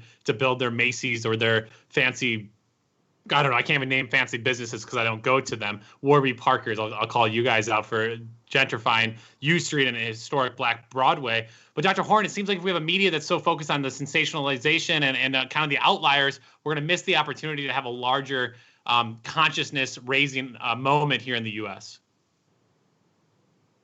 I think you have a fair point. And one of the things that concerns me about the wall-to-wall coverage, particularly in the corporate media, is that somehow they're managing to miss the root of the question. That is to say that they should ask themselves, why is it that it seems to be Black men, be it Philando Castile or Eric Garner or George Floyd, that seems to be caught up in this pornography of violence, being killed on camera. And obviously, you need to explore the question of slavery. You need to explore the fact that the United States, as Nicole Hannah-Jones suggested in her Pulitzer Prize-winning essay, came into existence in a revolt against the movement to abolish slavery. Black people, of course, wanted slavery abolished. Since that time, we've been treated as a threat to the status quo, and to an extent we are, since we're pushing for justice. And we've been treated like we're criminals in waiting, which is, of course, what helped to befall one George Floyd in Minneapolis, Minnesota. And that is the nub of the question. That is the root of the question. But in order to explore that question, the corporate media might have to call into doubt the legitimacy, the very legitimacy of the republic that came into existence post-1776. And simply speaking, they're not going there. I'm not sure if the movement, our movement, is pushing them to go there. And until that happens, until there's a reckoning that ultimately leads to reparations for centuries of enslavement and U.S.-style apartheid, I'm afraid to say that this pornography of violence on tape will be repeated over and over and over again. Dr. Horn, we have about 45 seconds left. One question based on Trump, that threat to bring the military back on hostile, on foreign, on American soil, domestic homeland soil. You made the point before that basically it is not too far to make the point that this is a fascistic jump of the shark, and that the public should be vigilant in preventing that. I mean, the last thing you don't want to have to deal with it when you're 20 years after. You want to deal with it before it ever comes to fruition. Bringing the military on home soil, though, with all of the conditions that are present now, meaning so many people being out of work, all of these people dying because of the healthcare issue, the crisis that has taken place in regards to civil unrest, the righteous indignation that is in the nation, that's a recipe for disaster, correct? I mean, not even just from the standpoint of fascism in the naked sense, but also in the sense of civil war. I mean, it may not necessarily be a collapse of state, but in situations where you're trying to get the military to basically fire or attack their fellow countrymen, you create the conditions that are problematic to say the least, and that could lead to a splitting of that military where you have one side being willing to attack the American public and the other side not. I think that you've hit the nail on the head. I would add to your insightful comment that I think the reason why Mark Esper, Pentagon chief, and former Pentagon chief Jim Mattis have rebuked in public Mr. Trump is that they recall the war in Vietnam, and one of the many reasons why the United States was expelled ignominiously from Indochina in 1975 is that the military was splitting down the middle, that Black troops in particular who were overrepresented in Southeast Asia during that conflict were oftentimes battling their neo-Confederate fellow soldiers as oftentimes as they were battling the Vietnamese and the Cambodians and the Laotians. This was particularly happening on the aircraft carriers and the battleships off the coast of Hanoi.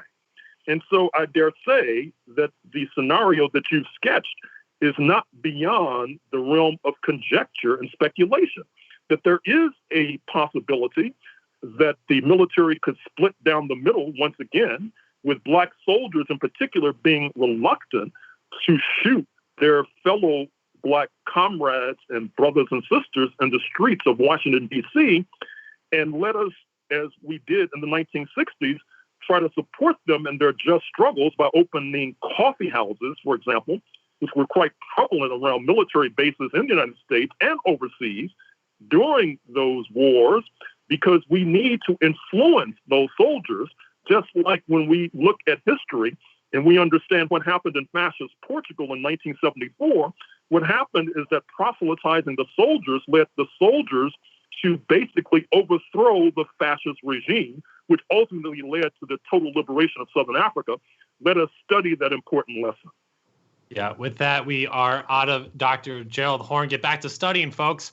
Dr. Gerald Horn is a historian and chair of history and African-American studies at the University of Houston. Dr. Horn, you have quite a few different books people can study right now in this moment. I'd be curious, any of your great collection that you would recommend, or any books you have coming out soon that we should be looking forward to? Well, my next book, of The Dawning of the Apocalypse, The Roots of Slavery, White Supremacy, Settler Colonialism, and Capitalism in the Long 16th Century. When you go to the doctor oftentimes takes your medical history. in order to figure out what's going on with you today. The book I just noted is a deep dive into history, which I think will be very useful for activists as they try to understand what's going on during this present moment. That is fantastic. Greatly look forward to that. Dr. Gerald Horne, thank you again for joining us. With that, we take a quick break. You're listening to Political Misfits on Radio Sputnik, live in D.C. We're back after this.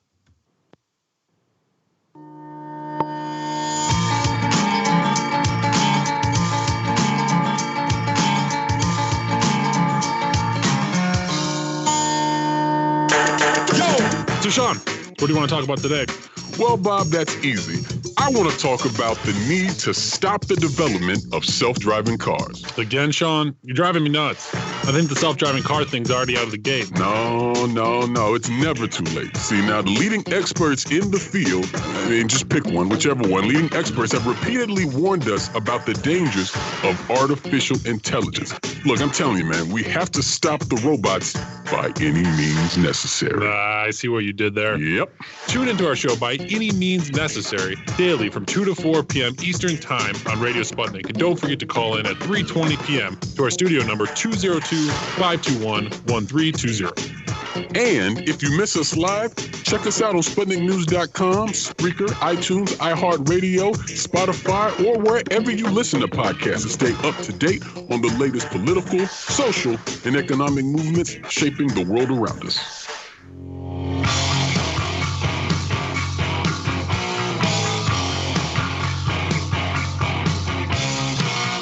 Welcome back to Political Misfits on Radio Sputnik, where we bring you news, politics, and culture without the red and blue treatment.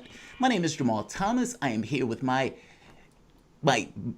co-host, Bob Schlehuber. You can't see him right now. I wanted a compliment. I wanted an adjective. Give me something better than I that. was going to give you either indefatigable, but I realized we used that earlier. I was going to say ever vigilant. I was going to come up with a word. But nevertheless, my co-host, Bob Schlehuber, he's disembodied right now, but he's still here in spirit. You've heard that sound change. This is the sexiest segment on the network, perhaps even the world. From my perspective, trends with benefits. Now, with the protests overwhelmingly peaceful, erupting all across the United States, one of the most disconcerting and disgusting trends that has erupted has basically been attacks, not just on peaceful protesters or basically people who are just standing there or people trying to get back from home to work, but also systematic attacks on the press. Over and over again, we have seen videos of the press being attacked or pushed out the way by cops who don't want what they are doing and the violence that they are putting forward on the population to be seen. We spoke to our friend and colleague Nicole yesterday about her experiences at the protests in D.C. and the violence that was availed upon her or put upon her and the people who were with her. We also have examples of CNN being arrested in Minneapolis. We have the Associated Press telling the NYPD, this was yesterday, that they were essential workers and that they are allowed to cover protests, whereby the officer responded, "I don't give an S, and get the F out of here, you piece of S," whereby they threw the Associated Press reporter up against the car. This has been taking place all over. We have the two Australian reporters that were attacked by the United States Park Police on Monday in front of the White House. And when we say attack, we mean attacked. The cameraman was hit with a riot shield and punched in the face by a police officer as they cleared the street for Trump, and another officer swung his truncheon at the network's reporter. A Huffington Post reporter was arrested pretty roughly while covering protests in New York City on Saturday, and the whole thing was, of course, recorded. You can hear him say over and over again that he's a journalist as the cop calls him names and then gives him the classic, "Stop resisting, sir," as he forces the journalist's head to the ground where he was handcuffed. That's the always famous thing. They always like to yell, "Stop resisting." The person can literally be dead and that cop would still be yelling, "Stop resisting." We saw a local Kentucky news reporter and cameraman get shot with pepper balls live on television. The reporter was out there with a bright yellow vest on and a big old microphone and a camera. There was no mistaking that the team were journalists, and yet they were deliberately targeted. This is kind of my point. This is systemic. We have Fox News, who was attacked by an angry mob. I suppose that's somewhat of a departure. Beforehand, those were cops. But in this case, they were journalists that the crowds didn't particularly like, and the crowds considered them to be part of the problem. Last week, a Fox News reporter was chased away from Lafayette Park in front of the White House by a crowd that obviously hates Fox News. We've seen other minor incidents here and there with journalists being hit accidentally or on purpose with bottles or being chased away from the scenes when people decide that they did not want what they were doing to be shared. As a few days ago, media had documented more than 130 attacks on the press during the wave of protests in this country. Bob, that is disturbing. I understand if the mob does it. I don't want the mob to attack the press. I actually want these things to be videotaped, and I want people to see this revolution, this uprising, because I think it begets other people who come out there in order to protest. I mean, after all, it was me seeing Donald Trump make that unhinged statement that says, oh, we got to go, we got to go. It was, you know, it's the visual, it's the social media of it. It's people saying, yes, there's something wrong with this and I want to get involved. So I want them to cover it. Yeah. But attacking in the press. This is my journalist story that makes me think of on Tuesday, late into the evening, I don't know, say like midnight or so, there was a line that was of police protecting the Veterans Affairs building, which is just like kind of catty corner from Lafayette Park, which is north of the White House on the block there. And there was some young black female protesters yelling at and visibly angry at the police and just kind of espousing their beliefs. And a white woman insisted on taking photos of them and continued to like scribble on notes as a journalist. And they said, please stop filming us. Please stop taking photos of us. And she kept on taking photos. And so finally they start yelling at the woman. They try to get her to go away. And I'm just standing there. I'm not going to say anything as at this point. I'm not going to step in and be, oh, I'm the white person here to like save the peace kind of thing. People can handle themselves, and if they're willing to defy requests and ask for a person of color in that situation, then they should bear the brunt of it. All the person had to do, this journalist, was just walk away. Just go for a 5-minute walk and come back. You're not going to miss the story. I promise you, there'll be more angry people to take photos of the next day. And I think that's kind of the line that people need to remember with journalism. A lot of journalism will we were in Charlottesville the night that Heather Heyer was killed, and they had set up a little visual, Jamal, and people were just weeping. They were so sad. And this journalist just insisted with their camera to go right up into the person's face, videotape. And they were just demanding and asking, please just give us a second and go away. And I think that's kind of this like relationship with journalism and this moment where you have like a very aggressive police state, but then we also have a very capitalistic journalism class at the same time. And so it is like one of these things where it's like, well, wait, am I coming to the rest of the media? Is the media been co-opted by corporations? And are we trusting them, but we also do need them to cover things? It is kind of this crazy intersectional moment, Jamal. Yeah, all of it's true. I mean, all of it is true. It's one of those things where, yes, the media does have a capitalistic incentive to try to get something that burns or get something that hurts. That's their, if it stabs or burns, it leads. And so when you have people who are in deep pain and anguish, yeah, in their heads, okay, I'm going to get this moment of pain that this person is in, and I'm going to put it on television. That's horrendous. That is a person there. That person is experiencing some level of pain or some level of disquiet that is bothering them, and yet their only thing that they're thinking of is how can I get the story. On the other part of that, I think one of the most disturbing aspects of this is the police not wanting to be videotaped. I don't care if cops don't want to be videotaped. It is not against the law to do so. And I would make it that much more so. It is that much more important to actually record what they are doing as they're doing the job. We pay their taxes. Yeah. I mean, we pay their salaries. And yet they're beating people who are basically paying their salaries, not to mention not wanting the media to cover them as they go about basically violently repressing an uprising. Yeah. It's terrifying, too. I was there Tuesday night until about 1:15 a.m. in the morning, and once I got a little bit of gas in my lungs and I couldn't quite fully breathe, I said, maybe now is the time to go. And I ended up biking home alone, and I was biking by myself now at 1:30 in the morning. I have my media tags on, but at that point, nobody's going to see it. Yeah. And then media's buying themselves with the police, and police are getting more and more agitated towards media. It's a terrifying kind of thing to be out there. And each cop that went speeding by me, I just was waiting to be stopped and kind of get an insight of a white person, what it must feel like to be a black person in this country. Every time a cop comes by you and shines his light on you, your heart starts to race. And I kind of felt what probably is maybe 10% of what it actually feels like. And then the night before that, on Monday night, I was also biking home a little bit earlier, but about 11 p.m. once all of the different kettlings and arrests had taken place and the protests were done.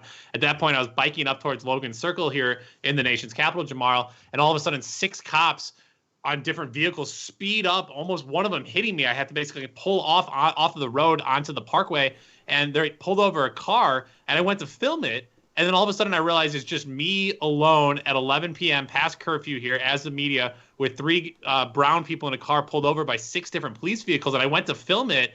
And I got terrified. And I went a block up and I found somebody. And Jamal, it was so funny. This guy's kind of standing at his basement door looking out. I go, hey, do you mind if I just stand here for a second with you? He has a American University shirt on. I said, oh, I went there too. We're trying to talking.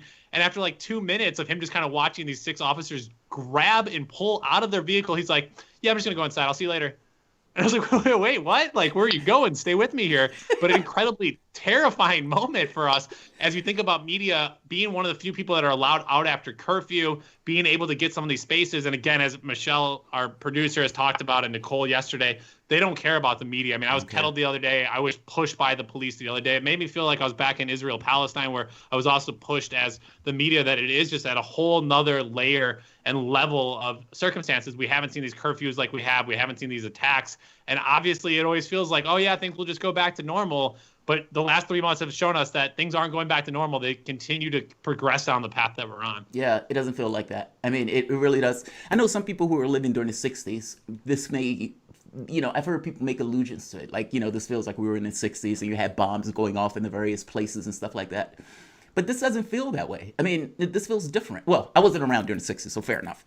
But it doesn't feel like my impression of it. Let's say it that way.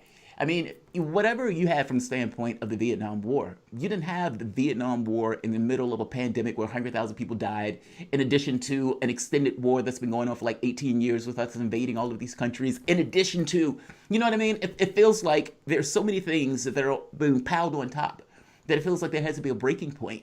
And especially when the government doesn't necessarily seem to be all that responsive to the public. And instead, their choice is, okay, let's just throw military and cops in and beat the devil out of people who are basically trying to uprise.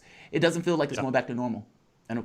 Other question here in our latest trends are infighting amongst the media. Jamal Thomas, we continue to talk about the trends of media relations here in the United States on Political Misfits. Give us a call, 202-521-1320. We briefly touched there with Dr. Horn, our previous guest, about the New York Times publishing Tom Cotton's Send in the Troops op-ed. Well, after he had published that op-ed, a bunch of the paper's staff took to social media to say the piece endangered Black people in the U.S., including, of course, the New York Times Black staff. The News Guild of New York issued a statement calling the decision to run the piece irresponsible. New York Times staff called it embarrassing, in addition to dangerous, and the paper's opinion editor, James Bennett, had to come out and explain the decision to print Cotton's call for the Trump to invoke the Insurrection Act. And a delightful side effect, some disgruntled former New York Times employees, writers, emerged with some delicious tidbits about their insufferable colleagues, including bedbug Brett Stevens.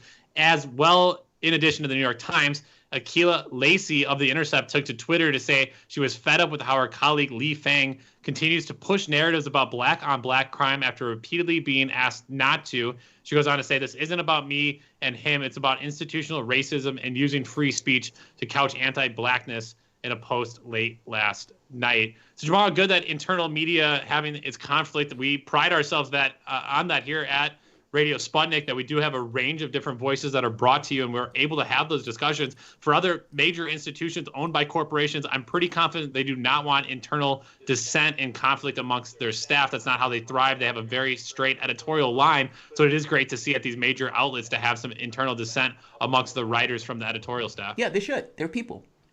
Like you and I have had back and forths on the channel. It's just kind of part and parcel to human beings being able to put their points of view out and being able to be, vigilant and trying to make that point while also being respectful about it. Whether I agree with her assessment or not, I don't look.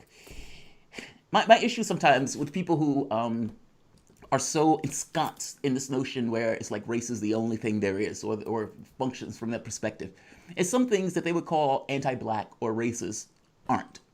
Or at the very least, they're subjective at best. It's her perspective, right? I mean, whether I agree or disagree with her perspective, it is just her perspective. And taking it from the standpoint like this is the word of God is always problematic, to say the least. It's just as problematic as CNN calling themselves objective. You know what I mean? Like Chuck Todd is not the objective arbiter of anything. But I agree with you, though. I like the fact that there's discussion and that there's disagreement in regards to people within the context of a team. It shows at the very least you have human beings and individuals that have their own points of view. I like it.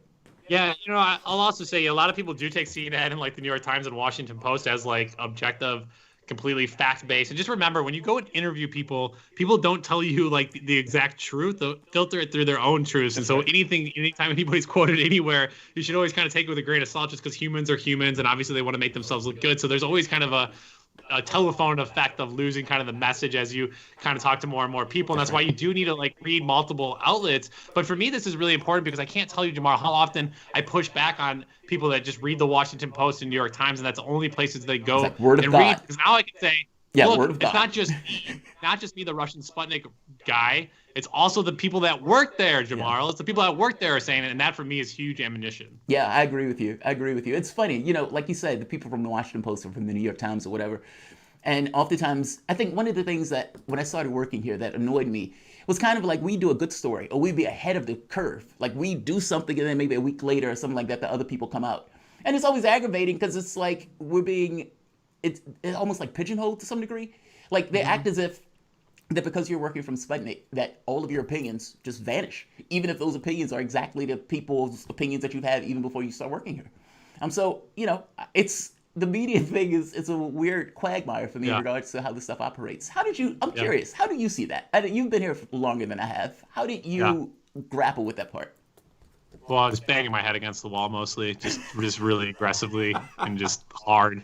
Basically, I told you yesterday, obviously, I couldn't help myself but send a few liberals yesterday, the Rod Rosenstein saying basically the whole FISA court, and obviously they had the same response, and so you just kind of got to live with it and accept it. It was quite scary for a little while there when it did really start piling on, and the Russiagate stuff was the driver in the news. But the more you talk to people outside of the little DC media bubble and the national media bubble, you realize that no, people aren't paying attention to this Russiagate stuff. And I would also say it's been really neat to go out at the protest because you tell people you're with Radio Sputnik and they actually have like a deep respect for you. And you can say, yeah, I'm the Russia Public Broadcasting Service. And unlike corporate media here, we actually could talk about the truth. And I love the question tomorrow about race and class issues. And I was like, yeah, we could actually talk about the truth and put your voice out there. The other media aren't in the skirmish talking to other people. And so it comes with kind of a proud badge that I wear now. I love being at Radio Sputnik. I love having my own show because we can talk about the failings of the United States of America, where there's just not that many other places to do that. Jamar, let's just take one last quick break. We'll get back with a few more stories we didn't want you all to miss. You're listening to Political Misfits on Radio Sputnik live in DC. We're back after this.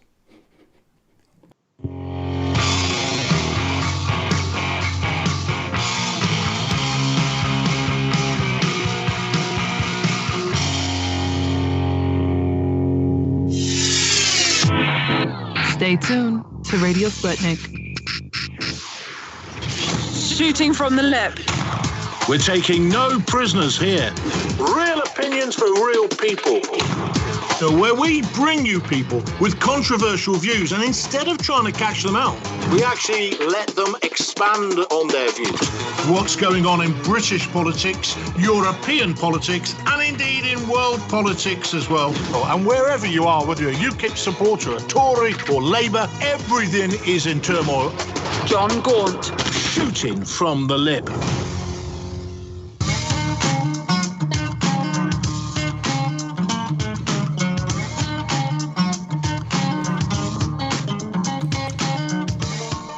Back to Political Misfits on Radio Sputnik, where we bring you news, politics, and culture without the red and blue treatment. I'm Bob Schlaber here, sort of kind of still with Jamar Thomas. 8 minutes left with you, our dear misfits here on Radio Sputnik. But don't turn that dial.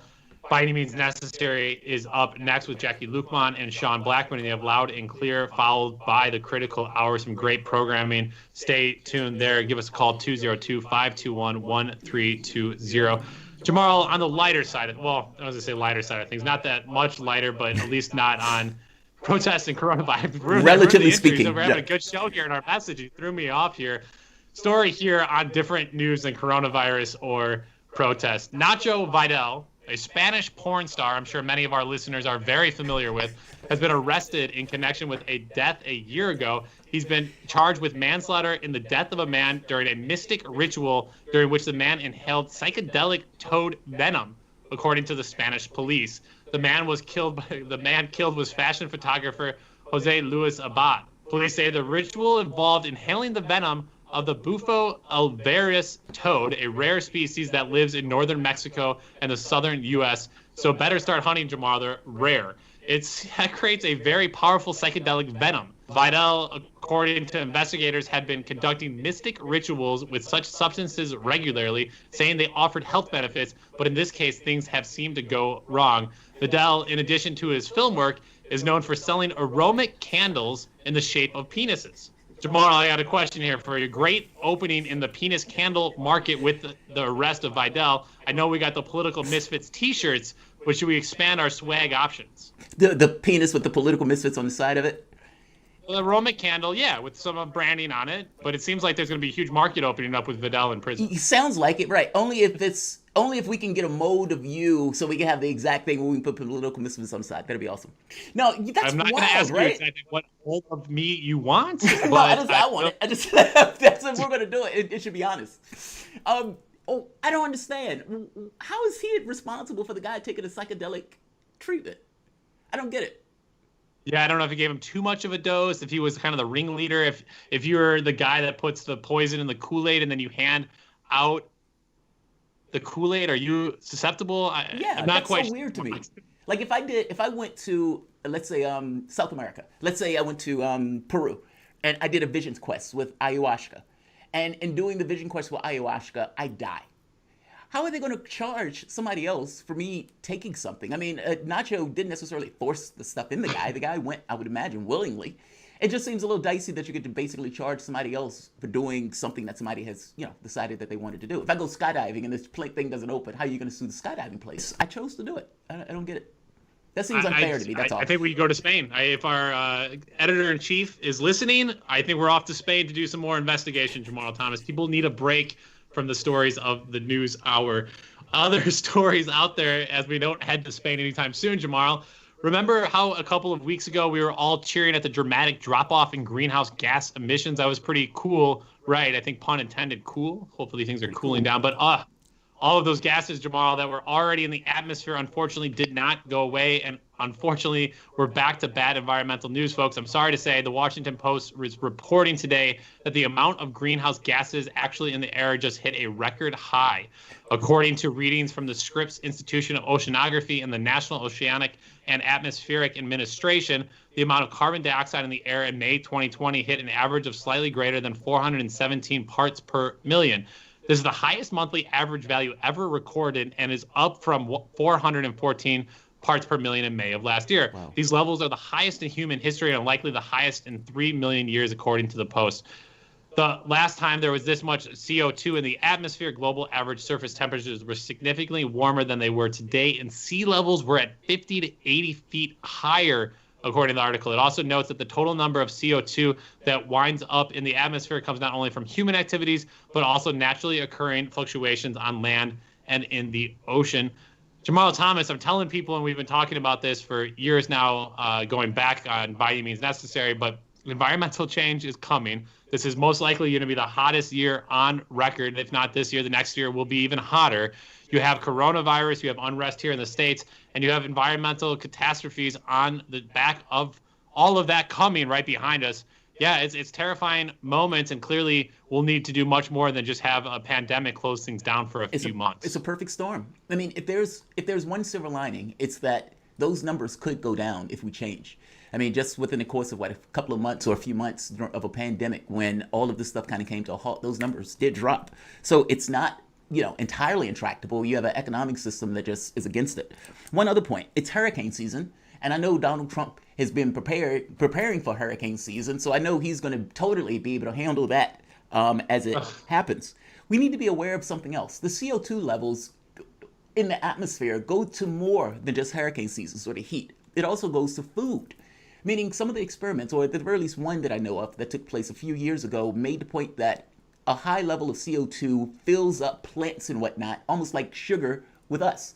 So the nutrient density in those foods go down as the CO2 level in the atmosphere goes up. They couldn't figure out why. Well, they attribute it to the CO2 level. It's like junk food. So these things have consequences that go beyond just the specific consequences that we think of when we think of this stuff. We need to be aware. Yeah, it's interesting too, because you always have hope that humanity in a crisis, and it's unfortunate that we don't act before crises because all of this stuff is always preventable. Yeah. does have amazing capabilities to do some really cool things if they're able to mobilize. I mean, just look at the world effort to try to find a vaccine for COVID-19 right now. We've never seen the global community, despite, I'll set aside Brazil, the United States, and a few others, actually trying to work together to rapidly develop something that would better the entire planet. And that's what it's going to take, whether or not we wait too long or what the process looks like.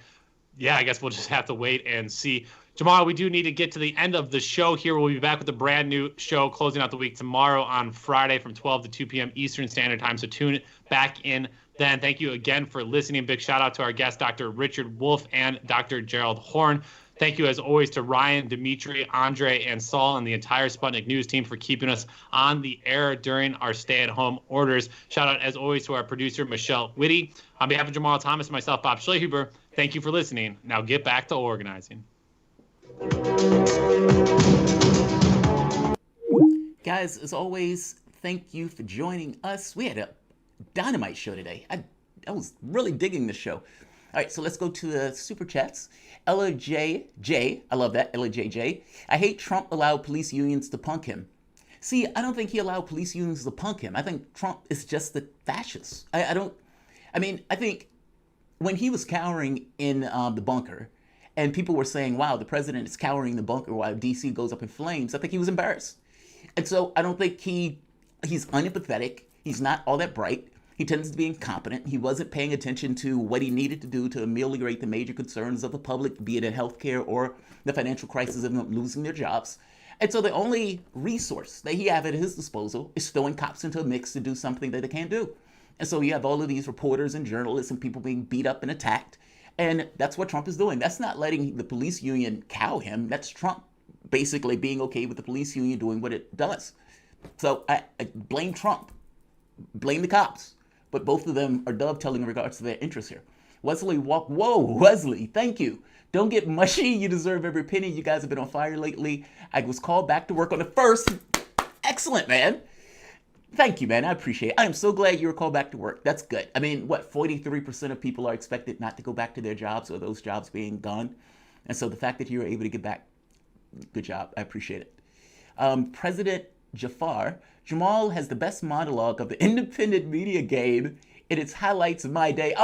Thank you, Presidential Jafar. I appreciate it, man. Primo, I'm 100% secular to the core, but I loved watching the... what is that? The clergy speak. I think you might be talking about Cornel West. Same here, man. Where is it? Cornel West, easily one of my favorite people. I've never had him on the show. Would love to have him on the show. My wife was supposed to be getting a photo with me and him. She didn't do it, but I was able to get the photo with her and him. So yeah, there's that. I'm not bitter about that at all. But nevertheless, it is what it is. But I love watching this clergy speak, faith leaders. I can't see this. Can't see it. Let's see. Hold on. Let me put it up. Let's try it here. Primo, I'm going to get this tweet. While I do this, guys, definitely like, share, subscribe. Here we are. I'm 100% secular to the core, but I love watching this clergy speak. Faith leaders of St. John Church in D.C. outraged at Trump posting his Bible in front of the church. It was awesome. I saw that. He was really pissed off. The guy was hopped up because in his mind, he's like, you basically use my church for a publicity stunt. And in the process of that publicity stunt, getting rid of all of these peaceful protesters with tear gas and violence. Yeah, Primo, same here. I felt the same way when I saw the guy speak. All right, I'm going to leave this here. I'll see you guys this evening. I think we're going to have contributor appreciation this evening. I wasn't necessarily feeling good over the last few days. And so I needed to take a bit of a break for those 2 days. But nevertheless, we're going to have it today. And there's a few other stories that I kind of want to try to get to today. Also, play a bit of catch up. Like, share, and guys, subscribe. And as always, thank you for joining us.